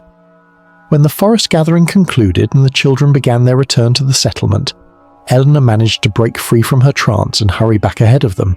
She reached her dwelling just as Virginia began to stir in her cradle, though the child's eyes held depth that spoke of journeys taken to places far from any earthly location. "Did you learn what you needed to know?" Virginia asked, her voice still bearing the impossible maturity that had marked her first word. "Do you understand now what we're becoming?" Eleanor could only nod, tears streaming down her face as she contemplated the choice that lay before her. She could attempt to resist the forces that claimed her daughter, and watch as reality itself bent to accommodate powers beyond human comprehension, or she could accept the transformation and trust that whatever Virginia was becoming represented not an ending, but a beginning of something greater than anything the colonists had originally imagined. As December continued its relentless advance toward whatever revelation awaited them, Eleanor found herself drawn more and more toward acceptance.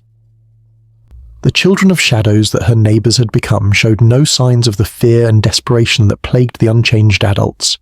They seemed to have found something that the adult world had lost, a sense of wonder and purpose that transcended the petty concerns of survival and worldly success. Perhaps, Eleanor began to think, losing their humanity was not the tragedy they had assumed it to be. Perhaps it was the price of admission to something far more magnificent than anything they could have achieved as merely mortal beings, struggling against forces beyond their understanding. The final choice was approaching, she knew, and with it would come the end of everything they had been and the beginning of everything they might become. Chapter 9. The Bone Cathedral. The winter solstice of 1588 brought with it a revelation that shattered the last vestiges of the colonists' grip on their former reality. Eleanor Dare woke before dawn on December 21st to find that the settlement had been transformed overnight into something that belonged more to dream than to any earthly landscape she had ever known. Where once their crude wooden structures had stood, now rose edifices of gleaming white bone that curved and twisted toward the grey sky like the ribs of some impossibly vast creature. The walls pulsed with a subtle inner light that seemed to emanate from the marrow itself, and when Eleanor pressed her palm against the nearest surface, she could feel a heartbeat thrumming through the calcium architecture with the steady rhythm of something very much alive. "Beautiful, isn't it?" Virginia's voice came from behind her, and Eleanor turned to see her daughter standing in the doorway of what had once been their simple dwelling, but was now a chamber whose bone walls were carved with intricate scenes depicting the history of the land from its earliest days. The child looked older somehow, her grey eyes holding depths that seemed to contain entire galaxies, and her simple sleeping gown had been replaced by garments woven from materials that shifted between fabric and mist depending on the angle of observation. "What has happened to us?" Eleanor whispered, though she already suspected the answer would challenge everything. She thought she understood about the nature of existence itself. Virginia smiled with wisdom that belonged to no mortal child. "We have been given the gift of seeing truly," she replied, her voice carrying harmonics that made the bone walls resonate in sympathy. "The cathedral has always been here, Mother. We were simply too blind to perceive it until our transformation was complete enough to clear away the illusions that limited our vision." Eleanor looked around in wonder and growing comprehension. The other colonists were emerging from their transformed dwellings, their faces reflecting the same mixture of awe and terror that she felt coursing through her own heart. But as she watched, she began to notice differences among her neighbors that suggested not everyone had undergone the same degree of change that she was experiencing. Thomas Harriot, the scholar, appeared much as he always had, though his eyes now held a wild quality that spoke of mind stretched beyond its natural limits. He clutched his journals against his chest and muttered constantly about the need to record everything, to document these impossible events for posterity, though the ink seemed to move and reshape itself on the pages even as he wrote. John Jones, their spiritual leader, stood at the center of the settlement, with his arms raised toward the bone cathedral's impossible spires, his mouth moving in prayers that combined Christian scripture with invocations in languages that predated the Tower of Babel. His faith had not been destroyed by these revelations, but rather transformed into something more complex and inclusive than Orthodox Christianity had ever imagined possible, but it was the children who had changed most dramatically. Little Samuel Hayes now stood nearly as tall as his parents, his limbs elongated in ways that should have been grotesque but instead appeared graceful and perfectly proportioned. His skin had taken on a translucent quality that revealed intricate patterns of light flowing beneath like luminous blood, and when he smiled, Eleanor could see that his teeth had been replaced by structures that resembled tiny crystalline formations. Agnes Vickers had developed what could only be described as wings, not the feathered appendages of Christian angels, but gossamer membranes that seemed to be woven from solidified moonlight. She floated several inches above the ground as she moved, her feet never quite touching the bone pathways that now connected the various structures of their transformed community. "The cathedral calls to those who are ready," Virginia explained, taking Eleanor's hand in her own small fingers that felt surprisingly warm despite their porcelain appearance. "Some answer more completely than others, but all who remain have chosen to accept the gift of transformation rather than clinging to the limitations of their former existence." Eleanor realized with a start that she had not seen several of her fellow colonists since waking in this impossible place. "Where are the others?" she asked. "Where are Thomas Smart and Margaret Lawrence and the Burden family?" Virginia's expression grew sad, though the emotion seemed filtered through knowledge that transcended simple human sorrow. "They could not release their hold on what they believed they were," she replied. "The cathedral offered them the same choice it offered all of us, but their fear was stronger than their wonder. They chose to remain bound by the old limitations rather than embrace the new possibilities. What happened to them? They sleep now in the spaces between what is and what might be," Virginia said, her voice carrying notes that suggested vast compassion for those who had chosen differently. "They are not gone, Mother, merely elsewhere. If they ever become ready to accept transformation, the cathedral will welcome them back." Eleanor felt tears streaming down her face, though she was not entirely certain whether they were born of grief or relief.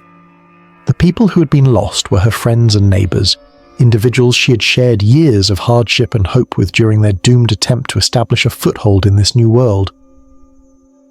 But she was also beginning to understand that what they had discovered here transcended any simple colonial enterprise.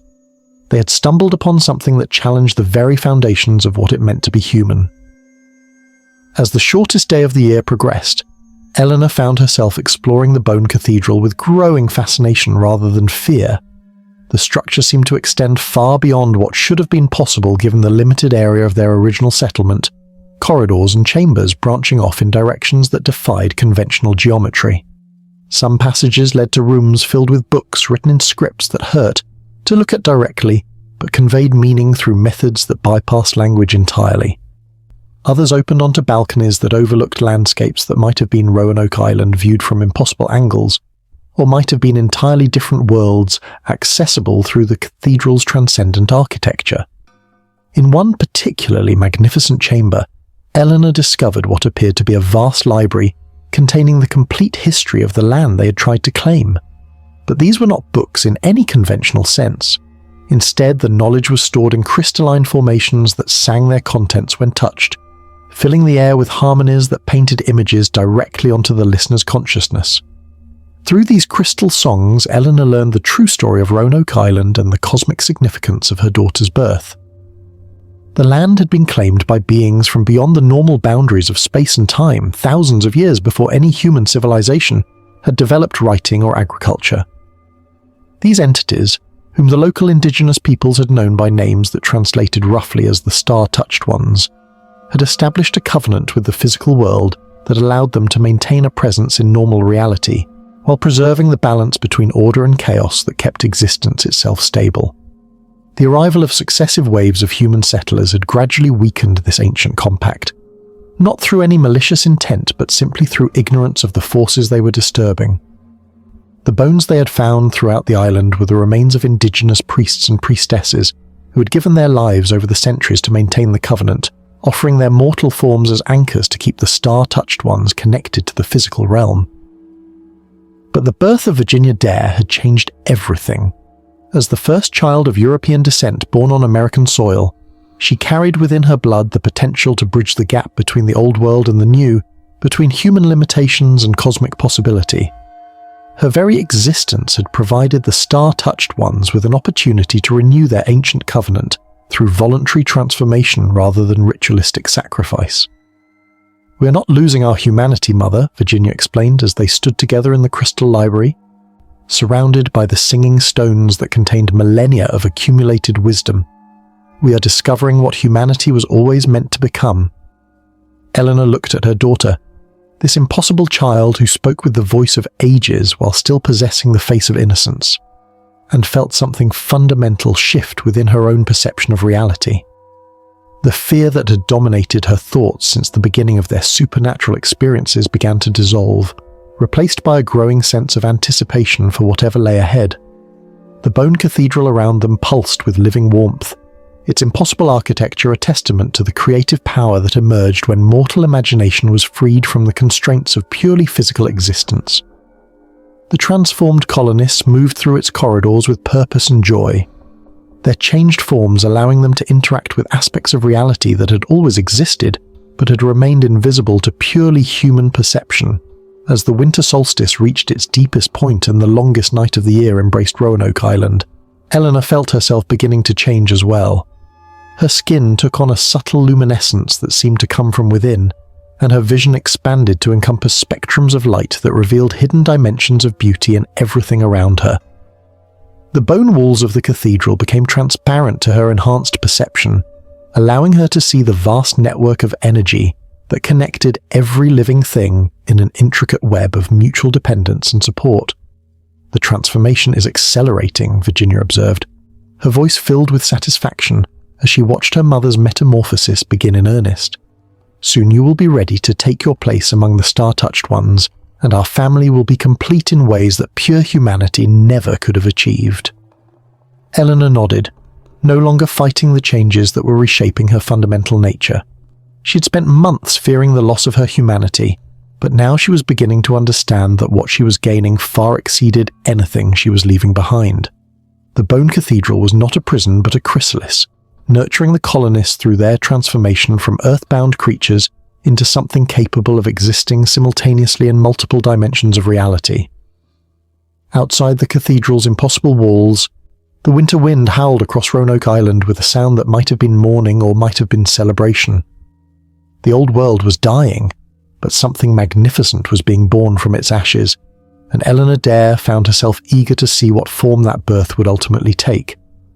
The longest night was passing, and with the return of the light would come the final phase of their transformation into beings worthy of the cosmic heritage that had always been their birthright. The Bone Cathedral sang with anticipation, its living walls pulsing with the rhythm of a vast heart preparing to welcome its children home. Chapter 10. The Final Feast. The morning of January 1st, 1589, dawned with light that seemed to come from all directions at once, illuminating the Bone Cathedral in ways that revealed architectural details Eleanor had not noticed during the winter months of her transformation. The structure had continued to grow and evolve throughout the darkest season, its spires reaching ever higher into a sky that now appeared to extend infinitely upward, populated by stars visible even in full daylight, and moons that followed orbital patterns unknown to any earthly astronomy. Eleanor stood at one of the cathedral's highest windows, her transformed vision allowing her to perceive the island as it truly was, not the simple spit of land that English mapmakers had recorded, but a nexus point where multiple realities intersected and overlapped in ways that created endless possibilities for those capable of navigating between worlds. Her daughter Virginia floated beside her, the child's growth having accelerated beyond all natural bounds until she now appeared to be a young woman of perhaps 16 years, though her eyes held the wisdom of centuries and her smile suggested knowledge of secrets that even the star-touched ones regarded as sacred mysteries. "Today we complete the compact," Virginia announced, her voice carrying harmonics that resonated through the bone walls and seemed to awaken responses from crystalline formations embedded throughout the cathedral's impossible architecture.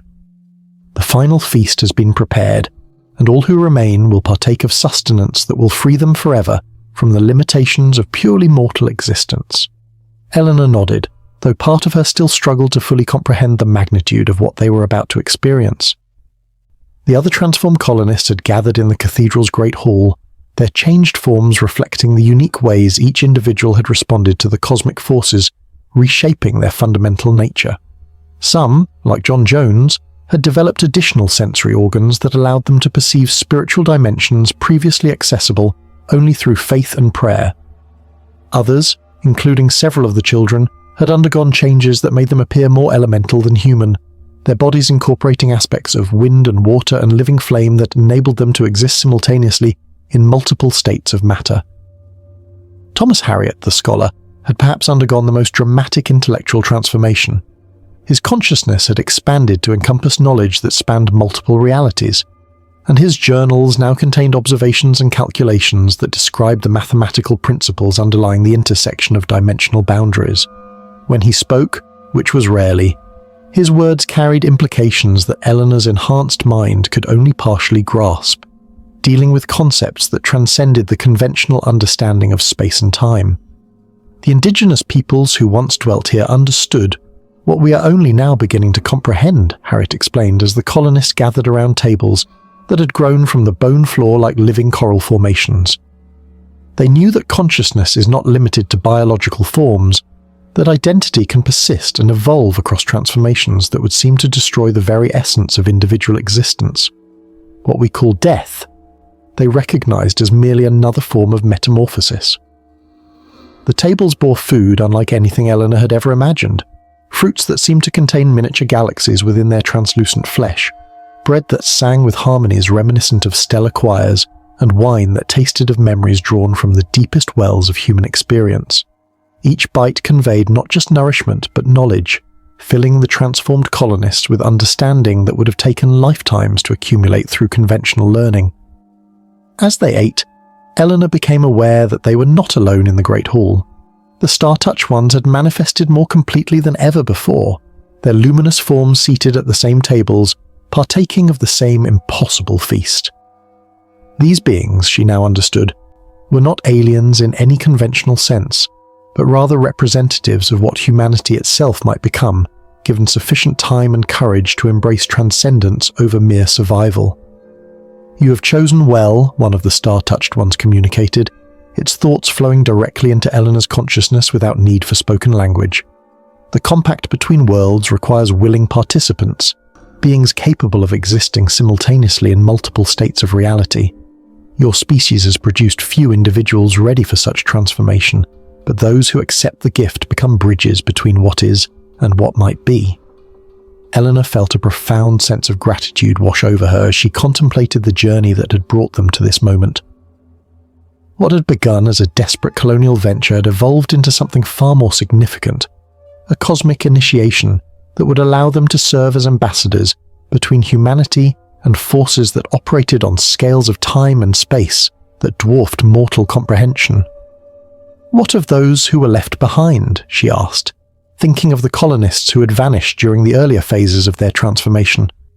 Those who could not accept the changes?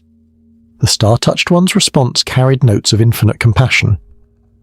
"Time flows differently for those who exist between realities. They sleep now in spaces where choice remains eternally available. When they are ready, whether in years or centuries or millennia, they will have the opportunity to join us. The compact does not demand immediate decision from all, only from those whose transformation can serve as catalysts for others." As the feast continued, Eleanor began to perceive the true scope of what they had become part of. The Bone Cathedral was not unique to Roanoke Island, but rather one node in a vast network that spanned the entire continent and beyond. Similar structures existed wherever the boundaries between realities grew thin, maintained by beings who had chosen transcendence over conventional existence. The indigenous peoples of the Americas had been aware of this network for thousands of years, though European colonization had disrupted many of the traditional practices that kept the connection stable. "Your arrival here was not accidental," Virginia explained, her evolved consciousness now capable of perceiving causal chains that extended across multiple timelines. The forces that guide such things arranged for English colonists to establish their settlement at this precise location and time, because the compact required renewal through voluntary transformation. The indigenous guardians had grown old, and new blood was needed to maintain the bridges between worlds. Eleanor understood now why Governor White had been compelled to leave them, and why his return had been delayed beyond all reasonable expectation. His departure had been necessary to allow the transformation to proceed without external interference, and his absence had created the conditions of isolation and desperation that made the colonists receptive to possibilities they would never have considered under normal circumstances. "Will he ever know what became of us?" Eleanor asked, thinking of the grandfather who had never had the chance to see his extraordinary granddaughter grow into something beyond his wildest imagination. "All knowledge eventually finds its way to those prepared to receive it," the star-touched one replied. "Your Governor White will learn of your transformation when understanding serves a greater purpose. Perhaps he will choose to join you, or perhaps he will serve as a guardian of memory for those still bound by conventional reality. The compact accommodates many forms of service." As the feast reached its climax, Eleanor felt the last vestiges of her purely human identity dissolving into something far more expansive and interconnected. Her consciousness merged temporarily with those of her fellow transformed colonists, creating a collective awareness that encompassed their shared experiences while maintaining the unique perspectives that made each individual valuable to the larger cosmic community they were joining. Through this collective consciousness, she experienced the wonder and terror that each colonist had felt during their transformation, the moments of choice that had determined their willingness to embrace change over familiarity. She felt Thomas Smart's desperate hunger for meaning that had made him receptive to supernatural guidance, Margaret Lawrence's deep loneliness that had been healed through connection to cosmic forces, and the children's natural openness to possibilities that adult minds might have rejected as impossible. But most powerfully, she experienced Virginia's unique perspective as a being born at the intersection of two worlds, carrying within her the potential to bridge gaps that had separated different forms of consciousness for millennia. Her daughter had never been fully human in any conventional sense, Eleanor realized, but rather a hybrid being capable of facilitating communication between species and realities that operated according to fundamentally different principles. "The compact is renewed," Virginia announced as the feast reached its conclusion, her voice now carrying authority that transcended her apparent age. "The bridges between worlds are stable once more, and the network of consciousness that connects all thinking beings is strengthened by the addition of new voices willing to serve as translators between different forms of existence." Eleanor felt herself settling into her new identity as one of the star-touched ones, her transformed consciousness capable of perceiving beauty and meaning in ways that her previous human limitations had made impossible. The bone cathedral around them pulsed with life and purpose, a living testament to the creative power that emerged when individual awareness expanded beyond the boundaries of purely personal concern. As the first day of their new existence dawned fully, Eleanor looked out upon Roanoke Island and saw it as it truly was, not an isolated patch of land in an alien wilderness, but a crucial nexus in a network of consciousness that spanned galaxies and would endure long after the stars themselves had burned out and been reborn. They had not lost their humanity, but had discovered what humanity was always meant to become when it developed the courage to embrace its cosmic heritage. The final feast was complete, and their real existence was only just beginning. Chapter 11. Messages in the Wind Spring returned to Roanoke Island in 1589, with changes that would have been invisible to ordinary human perception, but blazed like beacons to the transformed consciousness of the star-touched colonists. Eleanor Dare, now existing in a state that transcended conventional definitions of life and death, felt the awakening of forces across the continent as the network of cosmic consciousness responded to the successful renewal of the ancient compact. From her position within the Bone Cathedral's highest spire, she could perceive currents of information flowing along pathways that connected sacred sites throughout the Americas and beyond. Each message carried news of other communities undergoing similar transformations, indigenous peoples reclaiming ancient practices that European colonization had disrupted, and isolated individuals across the world experiencing spontaneous expansions of consciousness that prepared them for eventual integration into the larger cosmic community. The awakening spreads, Virginia observed, her evolved form now appearing as a being of living light that could assume human appearance when circumstances required such manifestation. Our transformation has served as a catalyst for changes that will reshape the relationship between mortal consciousness and cosmic reality across multiple continents. Eleanor nodded, her enhanced awareness allowing her to perceive the intricate web of cause and effect that connected their experience on Roanoke Island to events unfolding in places she had never imagined. In the mountains of what would someday be called Peru, ancient temples were stirring to life as their indigenous guardians remembered knowledge that Spanish conquistadors had tried to suppress. Across the ocean in Europe, isolated scholars and mystics were experiencing visions that prepared them for revelations that would not reach mainstream awareness for centuries to come. But it was the situation closest to their transformed community that demanded immediate attention. Governor John White, Eleanor's father and Virginia's grandfather, had finally secured passage back to America and was approaching Roanoke Island with supplies and reinforcements that would arrive far too late to aid the original colonial venture, but might serve an entirely different purpose in the new reality they had helped create. He carries questions that have tormented him for months, Eleanor perceived through the cosmic information network that now connected her consciousness to events across vast distances. The guilt of leaving us, the fear of what he might find upon his return, the desperate hope that some remnant of his family survives to welcome him home. The star-touched ones who served as Eleanor's guides in navigating her expanded existence had prepared her for this moment. John White's return would present the transformed colonists with their first opportunity to communicate with purely human consciousness since their metamorphosis had begun, and the success or failure of that communication would establish precedents for future interactions between the cosmic community and conventional humanity. Truth must be offered gently to minds unprepared for transcendence. The eldest of the star-touched ones counseled Eleanor as they prepared for White's arrival. Your grandfather's consciousness remains bound by the limitations that once constrained your own awareness. He will see what his expectations allow him to perceive, and any revelation beyond those boundaries must be introduced with infinite care to avoid causing permanent psychological damage. Eleanor understood the challenge they faced. From John White's perspective, he was returning to check on a failed colonial settlement, hoping against hope to find survivors who might explain the mysterious disappearance of over 100 English men, women, and children. He had no framework for comprehending the cosmic forces that had transformed his family and neighbors into beings capable of existing simultaneously in multiple dimensions of reality.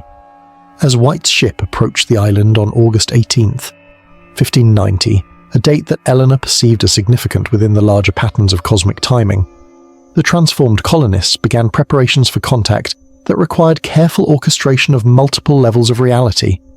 The Bone Cathedral and its impossible architecture would remain invisible to White's unenhanced perception, appearing to him as nothing more than the ruins of the settlement he had helped establish years earlier. But traces of their presence could be left in forms that his human consciousness could interpret without triggering the kind of existential crisis that might destroy his sanity. The word Croatoan that had appeared carved into trees and posts throughout their transformation would serve as a message that pointed toward truth, while remaining safely ambiguous in its implications. He must be allowed to reach his own conclusions, Virginia advised, as she helped coordinate the complex illusions that would shape White's experience on the island. Direct revelation would overwhelm his capacity for understanding, but carefully placed clues might plant seeds of awareness that could eventually blossom into readiness for transformation. Eleanor found herself torn between the desire to comfort her father and the responsibility to protect him from knowledge he was not prepared to receive. Her enhanced empathy allowed her to feel his anguish as he searched the empty settlement, finding signs of habitation, but no clear indication of what had befallen the colonists he had been forced to abandon. Through subtle manipulations of probability and perception, the star-touched ones ensured that White would discover exactly the clues they wished him to find, while remaining unaware of the vast supernatural community that observed his every movement with compassion and concern. He would see the carved word Croatoan and interpret it as a message indicating that the colonists had relocated to the island where Chief Manteo's people dwelt. He would find no signs of violence or distress, allowing him to hope that his family had found safety even if he could not locate them directly. The truth he carries away will be limited but not false, Eleanor realized as she watched her father conduct his careful search of the transformed settlement. He will believe we sought refuge with friendly natives, and in a sense, that interpretation contains elements of accuracy, even if it fails to encompass the full magnitude of what actually occurred. What John White could not perceive were the transformed colonists who surrounded him throughout his time on the island. their evolved forms invisible to his purely human consciousness, but present nonetheless as loving guardians ensuring his safety and emotional well-being during this difficult reunion with the scene of his greatest failure and loss. Eleanor longed to reveal herself, to show her father that his granddaughter had not merely survived, but had become something magnificent beyond his wildest imagination. But she restrained that impulse, understanding that such revelation would serve no positive purpose for someone whose consciousness remained bound by conventional limitations. Instead, she contented herself with subtle influences, a warm breeze that might comfort him during moments of particular anguish, the arrangement of certain objects to suggest care and intentionality rather than random abandonment, and most importantly, the absence of any evidence suggesting violence or tragedy had befallen the missing colonists. "He will carry hope rather than despair," Virginia observed, as they watched White prepare to depart the island after completing his investigation. "That hope will serve him well during the years that remain to his purely human existence, and it may eventually prepare him for revelations that await when his consciousness expands beyond its current boundaries." As White's ship disappeared over the horizon, Eleanor felt a profound sense of completion settle over her transformed awareness. The first phase of their service as bridges between realities had been successfully accomplished. They had demonstrated that beings could transition from human limitations to cosmic consciousness while maintaining the essential love and compassion that made such transformation meaningful rather than merely exotic.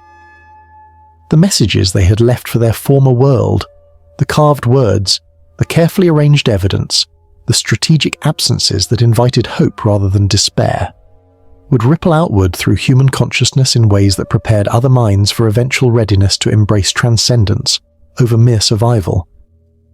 Our real work begins now, Eleanor realized as she contemplated the centuries of service that lay ahead.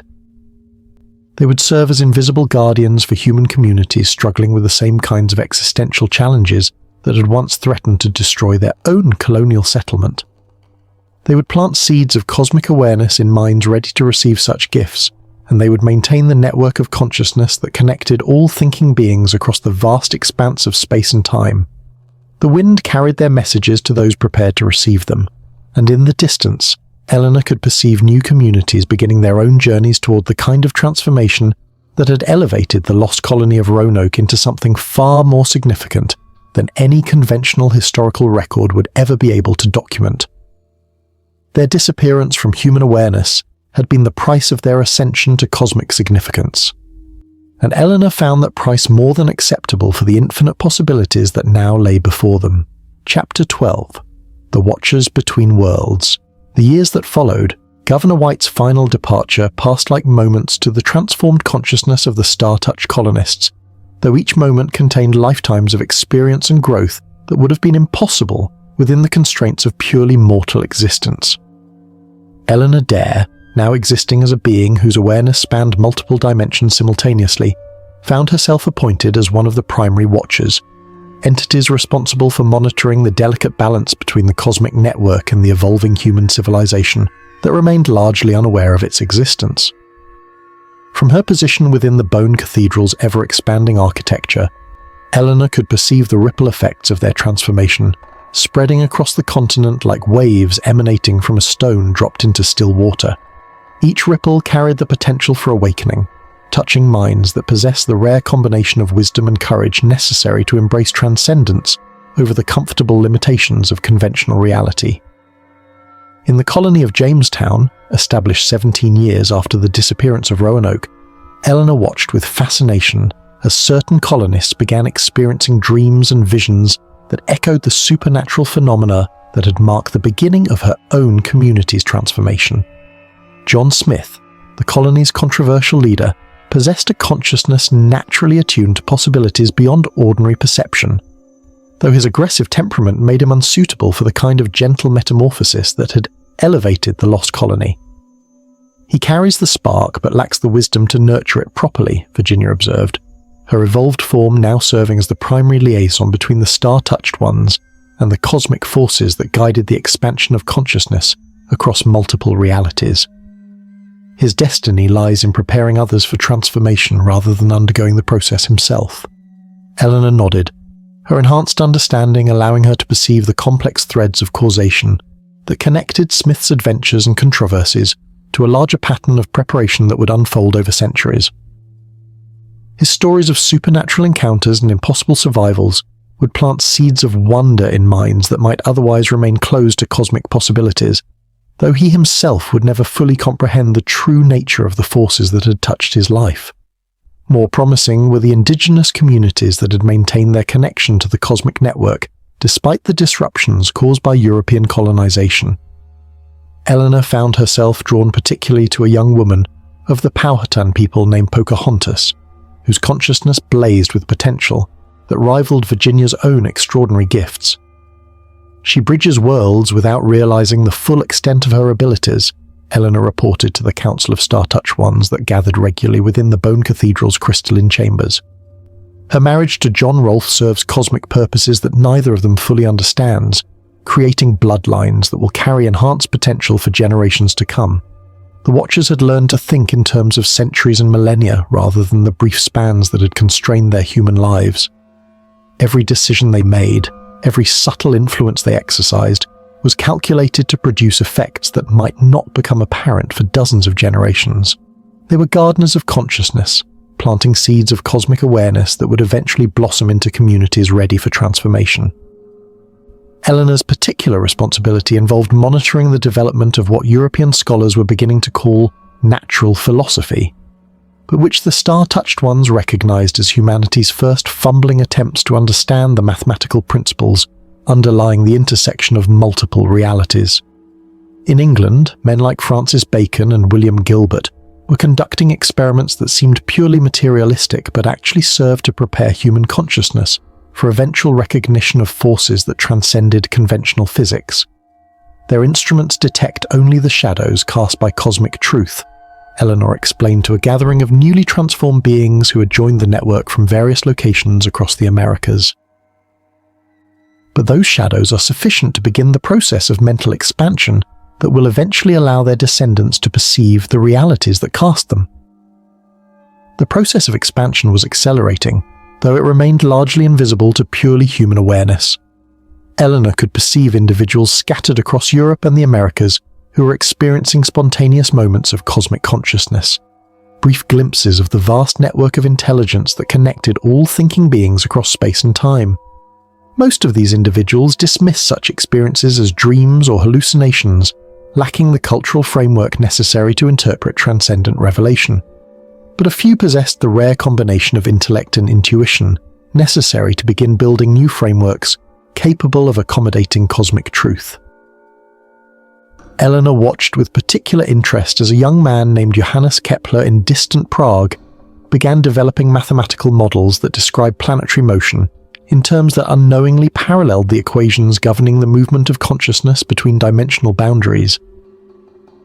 He will never fully understand what he's discovered, Virginia predicted, as they observed Kepler's painstaking calculations through the Cosmic Information Network. But his work will provide future generations with tools they can use to map the territories of transcendence with scientific precision. The Star-Touched Ones had learned patience from their cosmic mentors, the understanding that true transformation could not be rushed, but must unfold according to natural rhythms that operated on scales far grander than individual human lifespans. They were content to plant seeds knowing that the harvest might not come for centuries, trusting that the network of consciousness they served would ensure that no genuine seeker would be left without guidance when they were ready to receive it. Eleanor found her greatest satisfaction in working with children whose consciousness had not yet been fully constrained by the assumptions that limited adult perception. In communities throughout the Americas, she would appear in dreams and visions to young minds naturally open to cosmic possibility, sharing knowledge and perspectives that would influence their development in subtle but profound ways. One such child, living in what would someday become the Massachusetts Bay Colony, possessed gifts that reminded Eleanor powerfully of her own daughter's early manifestations of transcendent awareness. The girl, barely 7 years old, could perceive the spirits of the indigenous peoples who had once inhabited her family's land, and she spoke with them regularly despite her parents' horrified attempts to suppress such devilish communications. She will face persecution if her abilities become too obvious, Eleanor realized as she observed the child's interactions with entities that existed between conventional life and death. But properly guided, she could become a bridge between the Puritan communities and the cosmic forces they fear to acknowledge.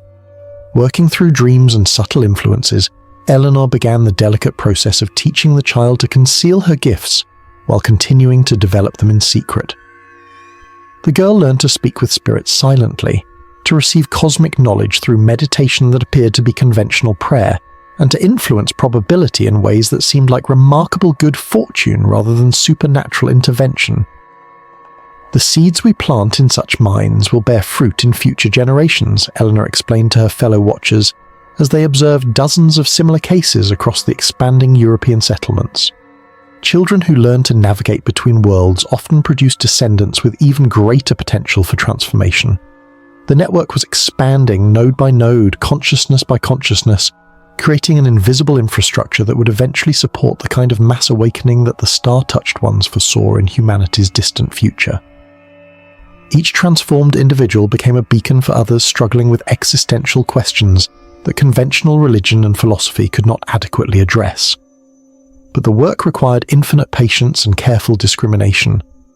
Not every consciousness that encountered cosmic truth was ready for full transformation, and premature revelation could cause psychological damage that might require lifetimes to heal.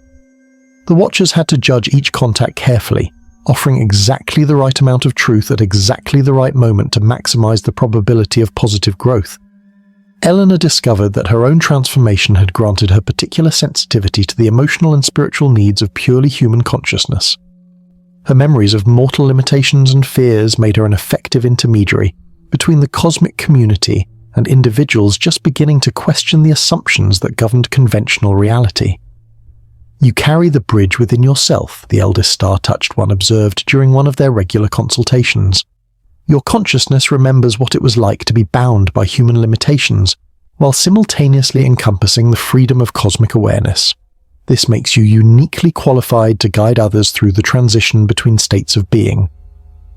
As the 17th century progressed and European colonization of the Americas accelerated, Eleanor found herself increasingly busy managing the complex network of influences that would prepare human civilization for its eventual recognition of cosmic truth.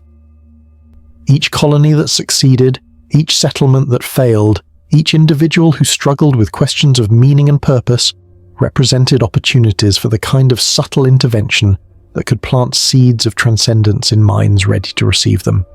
The work was invisible to conventional historical awareness, but Eleanor knew that future scholars studying this period would eventually recognize patterns, suggesting the influence of forces beyond normal human understanding.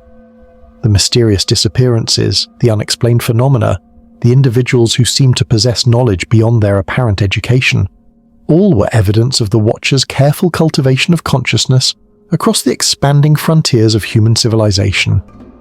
The lost colony of Roanoke had become something far greater than its original colonists could ever have imagined, serving as the seed from which would grow a network of cosmic awareness that would eventually transform humanity's understanding of its place in the vast community of intelligent beings that populated the universe. Chapter 13. The Web of Destiny. By the dawn of the 18th century, the network of cosmic consciousness that had grown from the transformation of the Roanoke colonists had spread across 2 continents like an invisible web connecting minds touched by transcendent awareness. Eleanor Dare, now serving as one of the primary architects of this expanding consciousness, could perceive the intricate patterns that linked seemingly unrelated events into a grand design that would ultimately prepare humanity for its cosmic heritage. From her position within the Bone Cathedral, which had grown to encompass dimensions that existed partially outside conventional space-time, Eleanor watched with satisfaction as the seeds planted by generations of Watchers began to manifest in ways that would have seemed miraculous to purely human perception.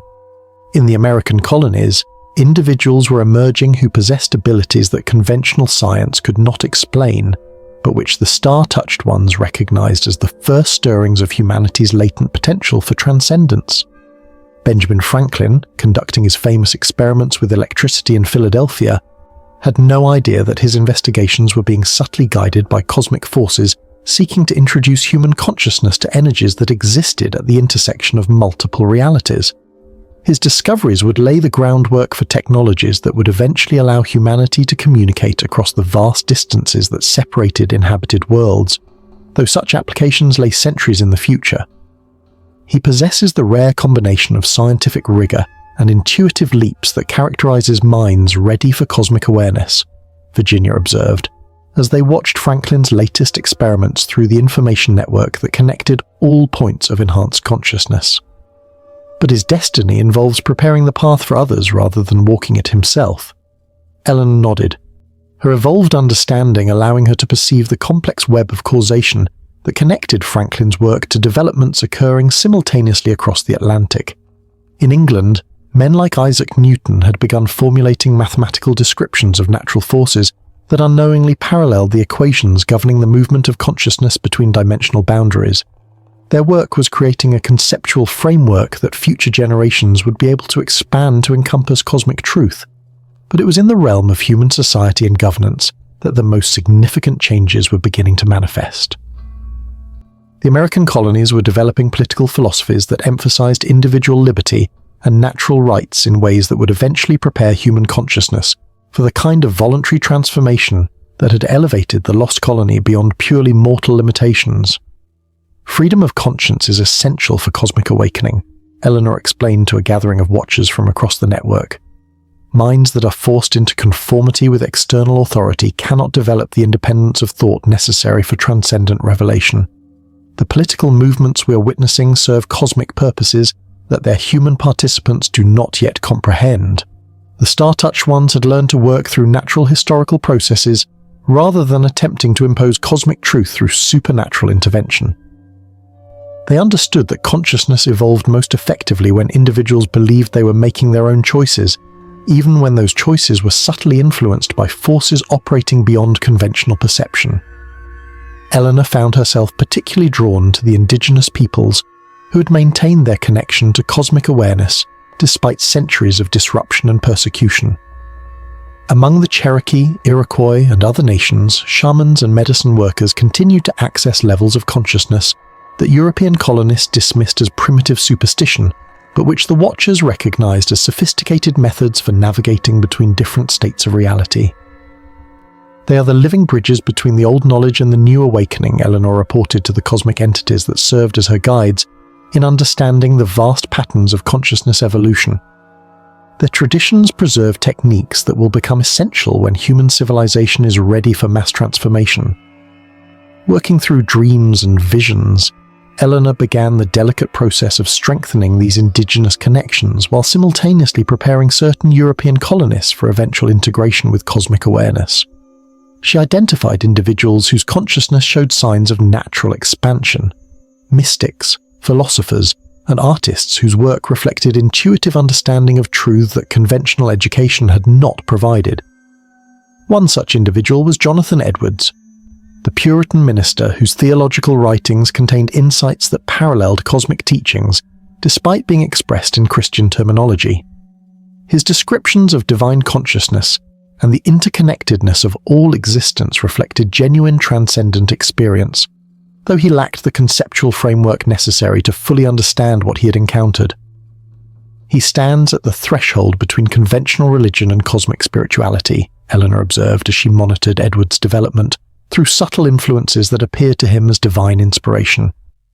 His work will plant seeds of mystical awareness in minds that might otherwise remain closed to transcendent possibility. The process of expansion was accelerating as the 18th century progressed, with individuals scattered across both sides of the Atlantic beginning to experience spontaneous moments of cosmic consciousness. Most dismissed these experiences or interpreted them through existing religious frameworks, but a few possessed the intellectual courage necessary to begin developing new ways of understanding reality that could accommodate transcendent truth. Eleanor watched with particular interest as the American colonies moved toward revolution against British rule, recognizing that the political upheaval served cosmic purposes that the human participants could not fully comprehend. The ideals of individual liberty and natural rights that motivated the revolutionaries were laying groundwork for societies that would eventually be capable of voluntary transformation on a massive scale. The war for independence is simultaneously a war for consciousness, Virginia explained as they observed the complex web of influences that were shaping historical events. Minds that fight for political freedom develop the psychological independence necessary for cosmic awakening. The Watchers worked carefully to ensure that the revolution would succeed, while minimizing the suffering and destruction that such conflicts typically produced. Through subtle influences on weather patterns, communication systems, and individual decision-making processes, they helped guide events toward outcomes that would serve both immediate human needs and long-term cosmic purposes. But their most important work involved identifying and nurturing the individuals who would serve as leaders in the new nation that was emerging from revolutionary struggle. Men like Thomas Jefferson and John Adams possessed consciousness naturally attuned to cosmic principles, though they expressed their understanding through political rather than mystical language.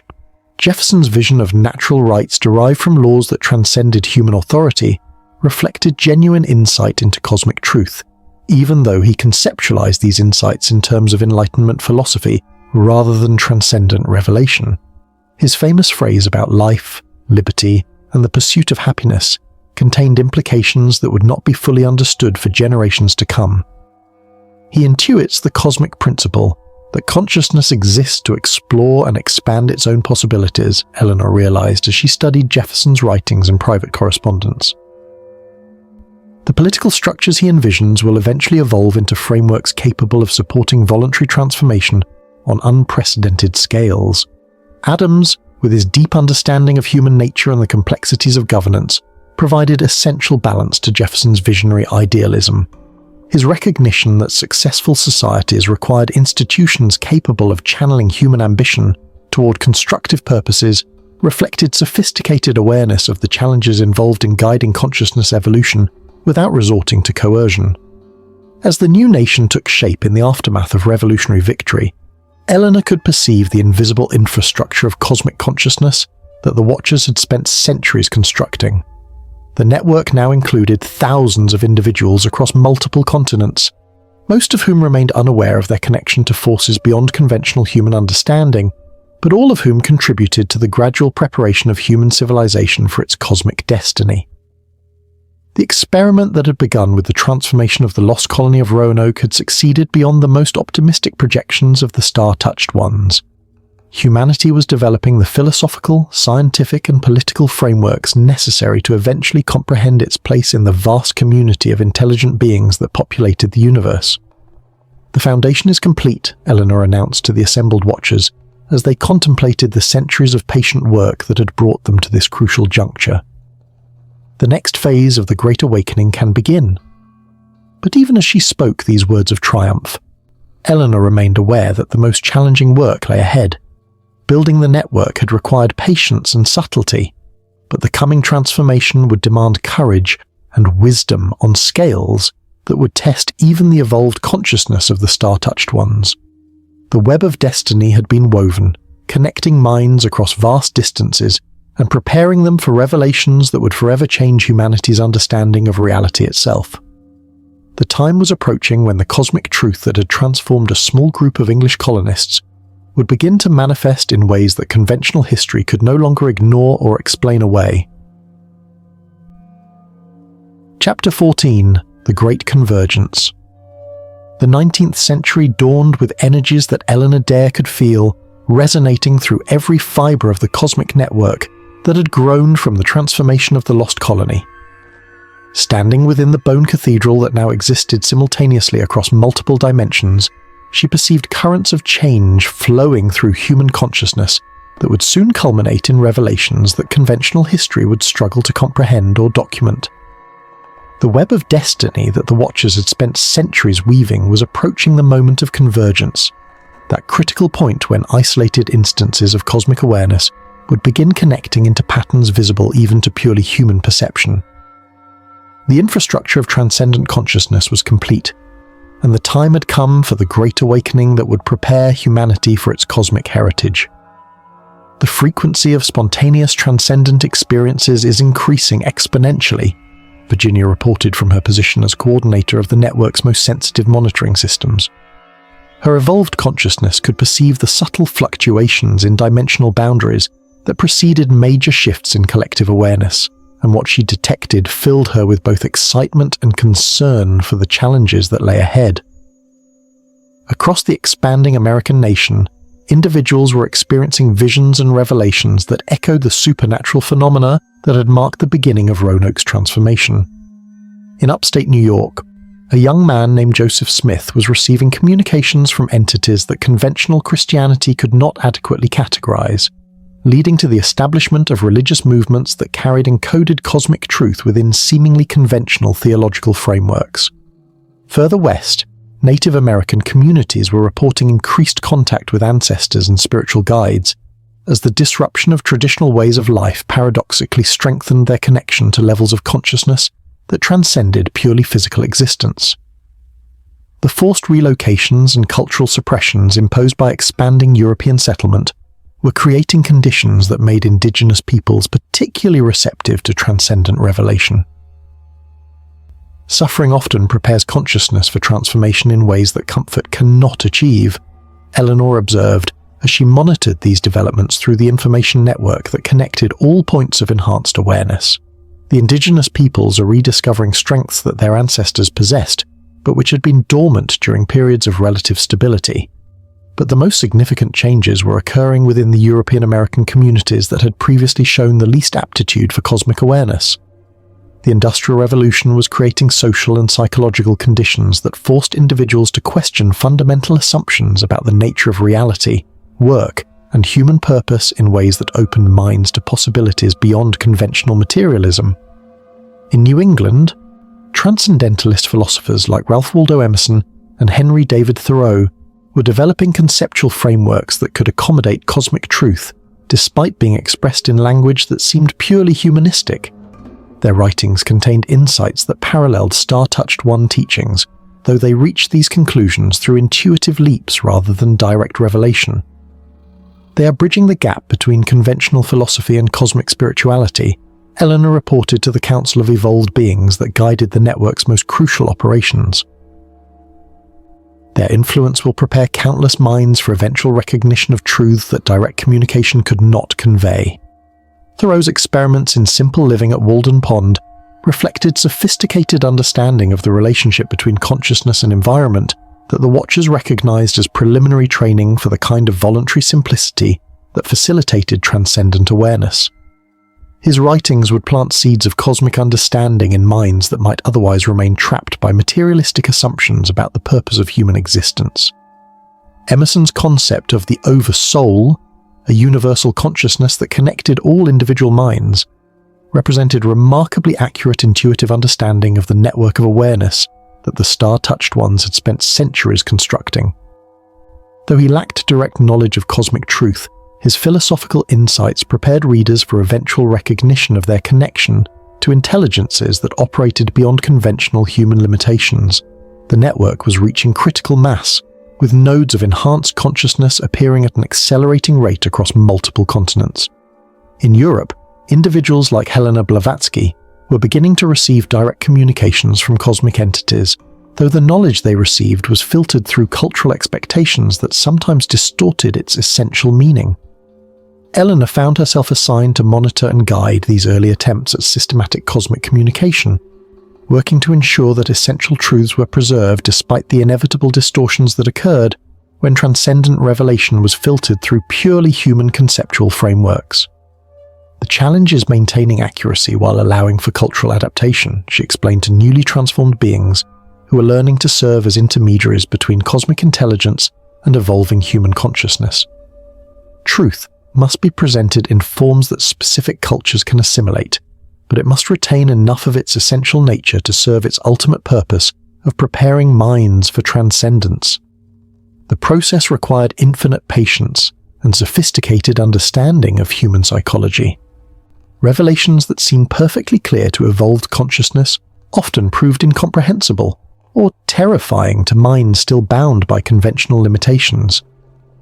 The Watchers had learned to introduce cosmic truth gradually, allowing individuals to develop the conceptual frameworks necessary to accommodate increasingly sophisticated understanding. As the century progressed, Eleanor could perceive the approaching culmination of centuries of careful preparation. The American Civil War, devastating though it was in human terms, served cosmic purposes by forcing the nation to confront fundamental questions about the nature of consciousness, freedom, and moral responsibility that would eventually expand to encompass recognition of humanity's cosmic obligations. Abraham Lincoln, guiding the nation through its greatest crisis, possessed consciousness naturally attuned to cosmic principles, though he expressed his understanding through political rather than mystical language. His vision of America as a testing ground for whether democratic societies could survive reflected intuitive awareness of the cosmic significance of human political evolution. He understands that the experiment involves more than mere human concerns, Virginia observed, as they monitored Lincoln's development through the subtle influences that appeared to him as divine inspiration. His consciousness grasps implications that he cannot yet articulate in cosmic terms. The Emancipation Proclamation and the constitutional amendments that followed represented more than political victories over slavery. They were steps toward recognition of the cosmic principle that consciousness itself could never legitimately be owned or constrained by external authority. The legal and moral frameworks that emerged from the Civil War would eventually provide foundations for societies capable of voluntary transformation on unprecedented scales. But the most dramatic evidence of approaching convergence came through the emergence of individuals whose abilities transcended anything that conventional science could explain. Throughout the Americas and Europe, people were demonstrating capacities for telepathic communication, precognitive awareness, and influence over physical reality that reflected the early stages of the kind of transformation that had elevated the lost colony centuries earlier. Most of these individuals remained unaware of their connection to cosmic forces, interpreting their experiences through religious or spiritualist frameworks that provided partial understanding without revealing the full scope of what was occurring. But a few possessed the intellectual courage and intuitive wisdom necessary to begin recognizing the true nature of the changes they were experiencing. Eleanor identified these exceptional individuals as candidates for more direct contact with the network of cosmic consciousness. Working through dreams, meditation experiences, and carefully orchestrated coincidences, she began the delicate process of introducing them to levels of truth that would prepare them to serve as bridges between the purely human world and the community of transcendent beings that awaited humanity's eventual awakening. The Great Convergence approaches, Eleanor announced to the assembled watchers, as they prepared for the final phase of their centuries-long mission. The network is complete, and human consciousness has developed the frameworks necessary to begin comprehending cosmic truth. The time has come to reveal the true nature of what we have built and invite voluntary participation in the next stage of awareness evolution. The transformation that had begun with the mysterious disappearance of a small English colony was about to manifest in ways that would forever change humanity's understanding of its place in the vast community of intelligent beings that populated the universe. The lost colony of Roanoke had fulfilled its cosmic destiny, serving as the seed from which would grow a new form of human consciousness, capable of embracing transcendence while retaining the essential compassion and creativity that made transformation meaningful rather than merely exotic. The final chapter of their long preparation was about to begin, and with it would come the revelation of truth that would lift humanity beyond the limitations that had constrained its development since the dawn of civilization itself. Chapter 15. The Return to Light. The year 1887 marked the 300th anniversary of Virginia Dare's birth, and with it came a convergence of cosmic forces that Eleanor could feel, building like a vast storm gathering strength across the boundaries between realities.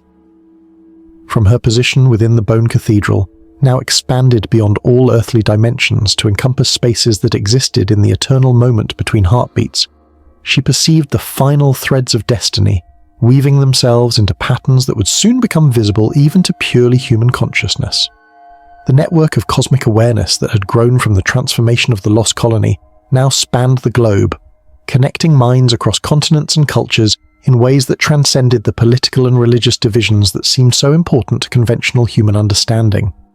The Great Convergence was approaching its culmination, and Eleanor found herself appointed as the primary herald for revelations that would forever change humanity's relationship with the vast community of intelligent beings that populated the universe. The time of concealment is ending, Virginia announced from her position, as the network's supreme coordinator, her evolved consciousness now encompassing awareness that stretched across multiple galaxies and dimensional frameworks.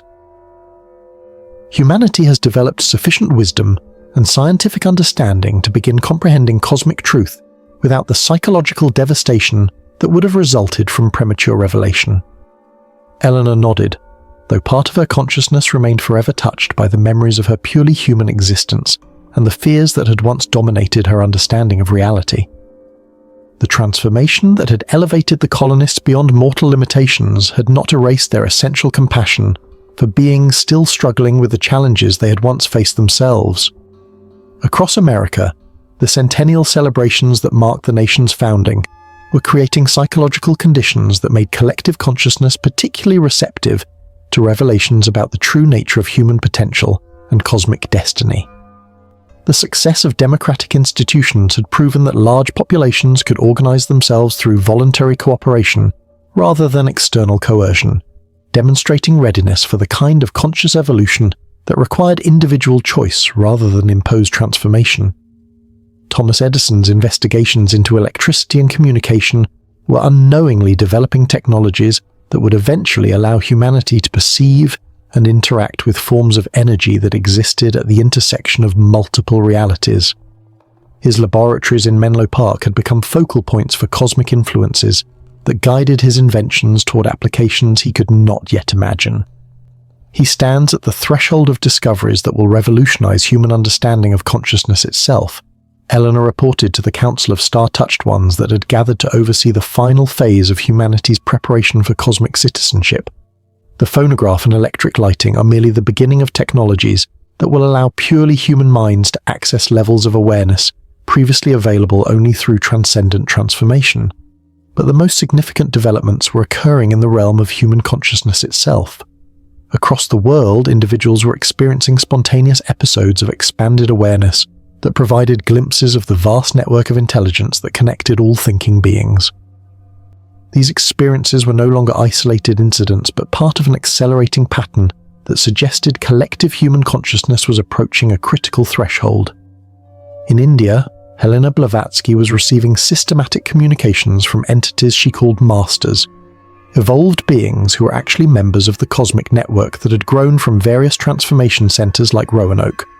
Her writings, though filtered through cultural expectations that sometimes distorted their essential meaning, were introducing Western minds to concepts that would prepare them for eventual recognition of cosmic truth. Across America, the spiritualist movement was developing techniques for communication with consciousness that existed beyond conventional physical boundaries. While many of these attempts involved contact with recently deceased humans, a few gifted mediums were beginning to channel information from entities that operated on scales of time and space that dwarfed purely mortal understanding. Eleanor found herself increasingly involved in guiding these early attempts at systematic cosmic communication. Working through dreams, trance states, and carefully orchestrated coincidences, she helped ensure that essential truths were preserved despite the inevitable distortions that occurred when transcendent revelation was filtered through human cultural frameworks. The message must be adapted to the receiver without losing its essential nature, she explained to newly evolved beings who were learning to serve as intermediaries between cosmic intelligence and developing human consciousness. Each culture requires its own approach, but all must eventually arrive at the same fundamental recognition of their cosmic heritage. As the anniversary of Virginia Dare's birth approached, Eleanor could perceive energies building that would culminate in revelations visible even to conventional historical awareness. The mysterious disappearance of the lost colony had become part of American folklore, with numerous theories attempting to explain what had happened to the vanished colonists.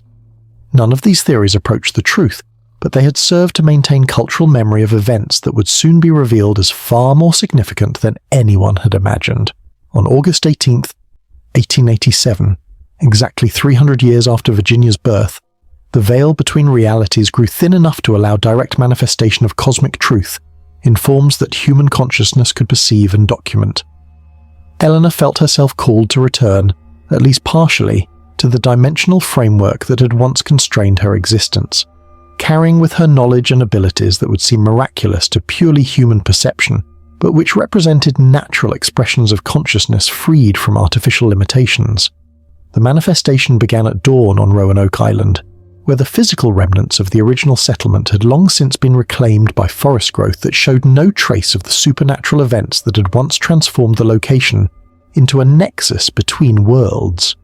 But as the sun rose on this anniversary morning, the bone cathedral began to become visible to anyone whose consciousness possessed even minimal sensitivity to transcendent reality. Visitors to the island, historians, archaeologists, and curiosity seekers drawn by the enduring mystery of the lost colony, found themselves witnessing phenomena that challenged every assumption they had ever held about the nature of reality itself.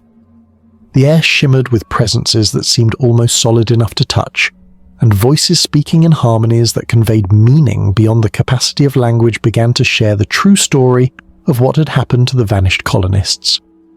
Eleanor appeared first, her form manifesting as a woman of indeterminate age whose eyes held depths that seemed to contain entire galaxies. She spoke to the assembled witnesses in voices that each heard in their own native language, sharing knowledge that explained not only the fate of the lost colony, but the cosmic significance of their transformation for the future of human consciousness. "We did not vanish," she told them, her words carrying harmonics that resonated in dimensions beyond normal hearing. "We became what humanity is destined to become when it develops the courage to embrace transcendence over the comfortable limitations of purely physical existence. We are your future, calling back through time to prepare you for the choices that await every conscious being."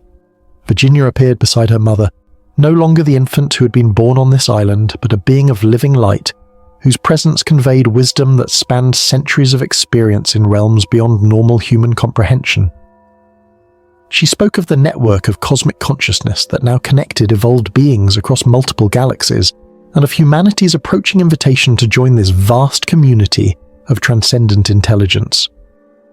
"The choice approaches for your entire species," Virginia explained, her voice carrying implications that would take decades for human philosophers and scientists to fully comprehend. "The technologies you are developing, the political systems you are creating, the spiritual insights you are discovering, all are preparing you for conscious evolution beyond the boundaries that have constrained your development since the dawn of civilization." The witnesses to this revelation, men and women whose consciousness had been expanded beyond their previous limitations by exposure to cosmic truth, would return to their communities carrying seeds of understanding that would blossom into movements, discoveries, and innovations that would accelerate humanity's preparation for its cosmic destiny. Some would become inventors whose technologies seemed to emerge from inspiration beyond normal human creativity. Others would develop philosophical and spiritual frameworks that could accommodate truths too vast for conventional religious or scientific understanding. Still others would serve as teachers and healers, sharing gifts that seemed miraculous, but which represented natural expressions of consciousness freed from artificial constraints. As the manifestation reached its culmination, Eleanor felt the profound satisfaction of a mission completed beyond even the most optimistic projections of the cosmic entities that had guided their transformation centuries earlier.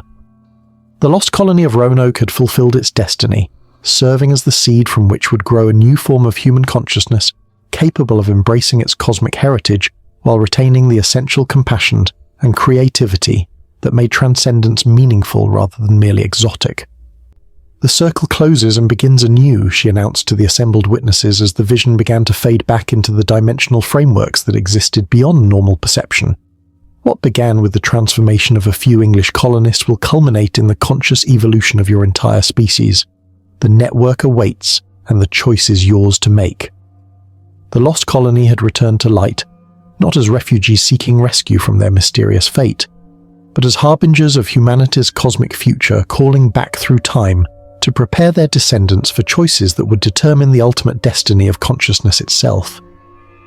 Their disappearance from conventional history had been the price of their ascension to cosmic significance, and that price had purchased humanity's invitation to join the vast community of transcendent beings that guided the evolution of awareness throughout the universe.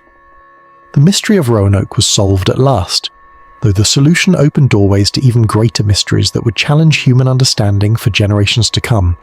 The lost colony had never truly been lost. They had simply been the first to find the path that all consciousness must eventually travel on its journey toward the infinite possibilities that awaited beyond the boundaries of purely mortal existence. In the end, their greatest discovery was not a new world, but a new way of being that transformed the very meaning of human life itself. The children of Roanoke had become children of the stars, and through their sacrifice and transcendence, they had opened that same cosmic heritage to all who possessed the courage to embrace transformation over the comfortable limitations of conventional reality. Their story was complete, but humanity's cosmic journey was only just beginning.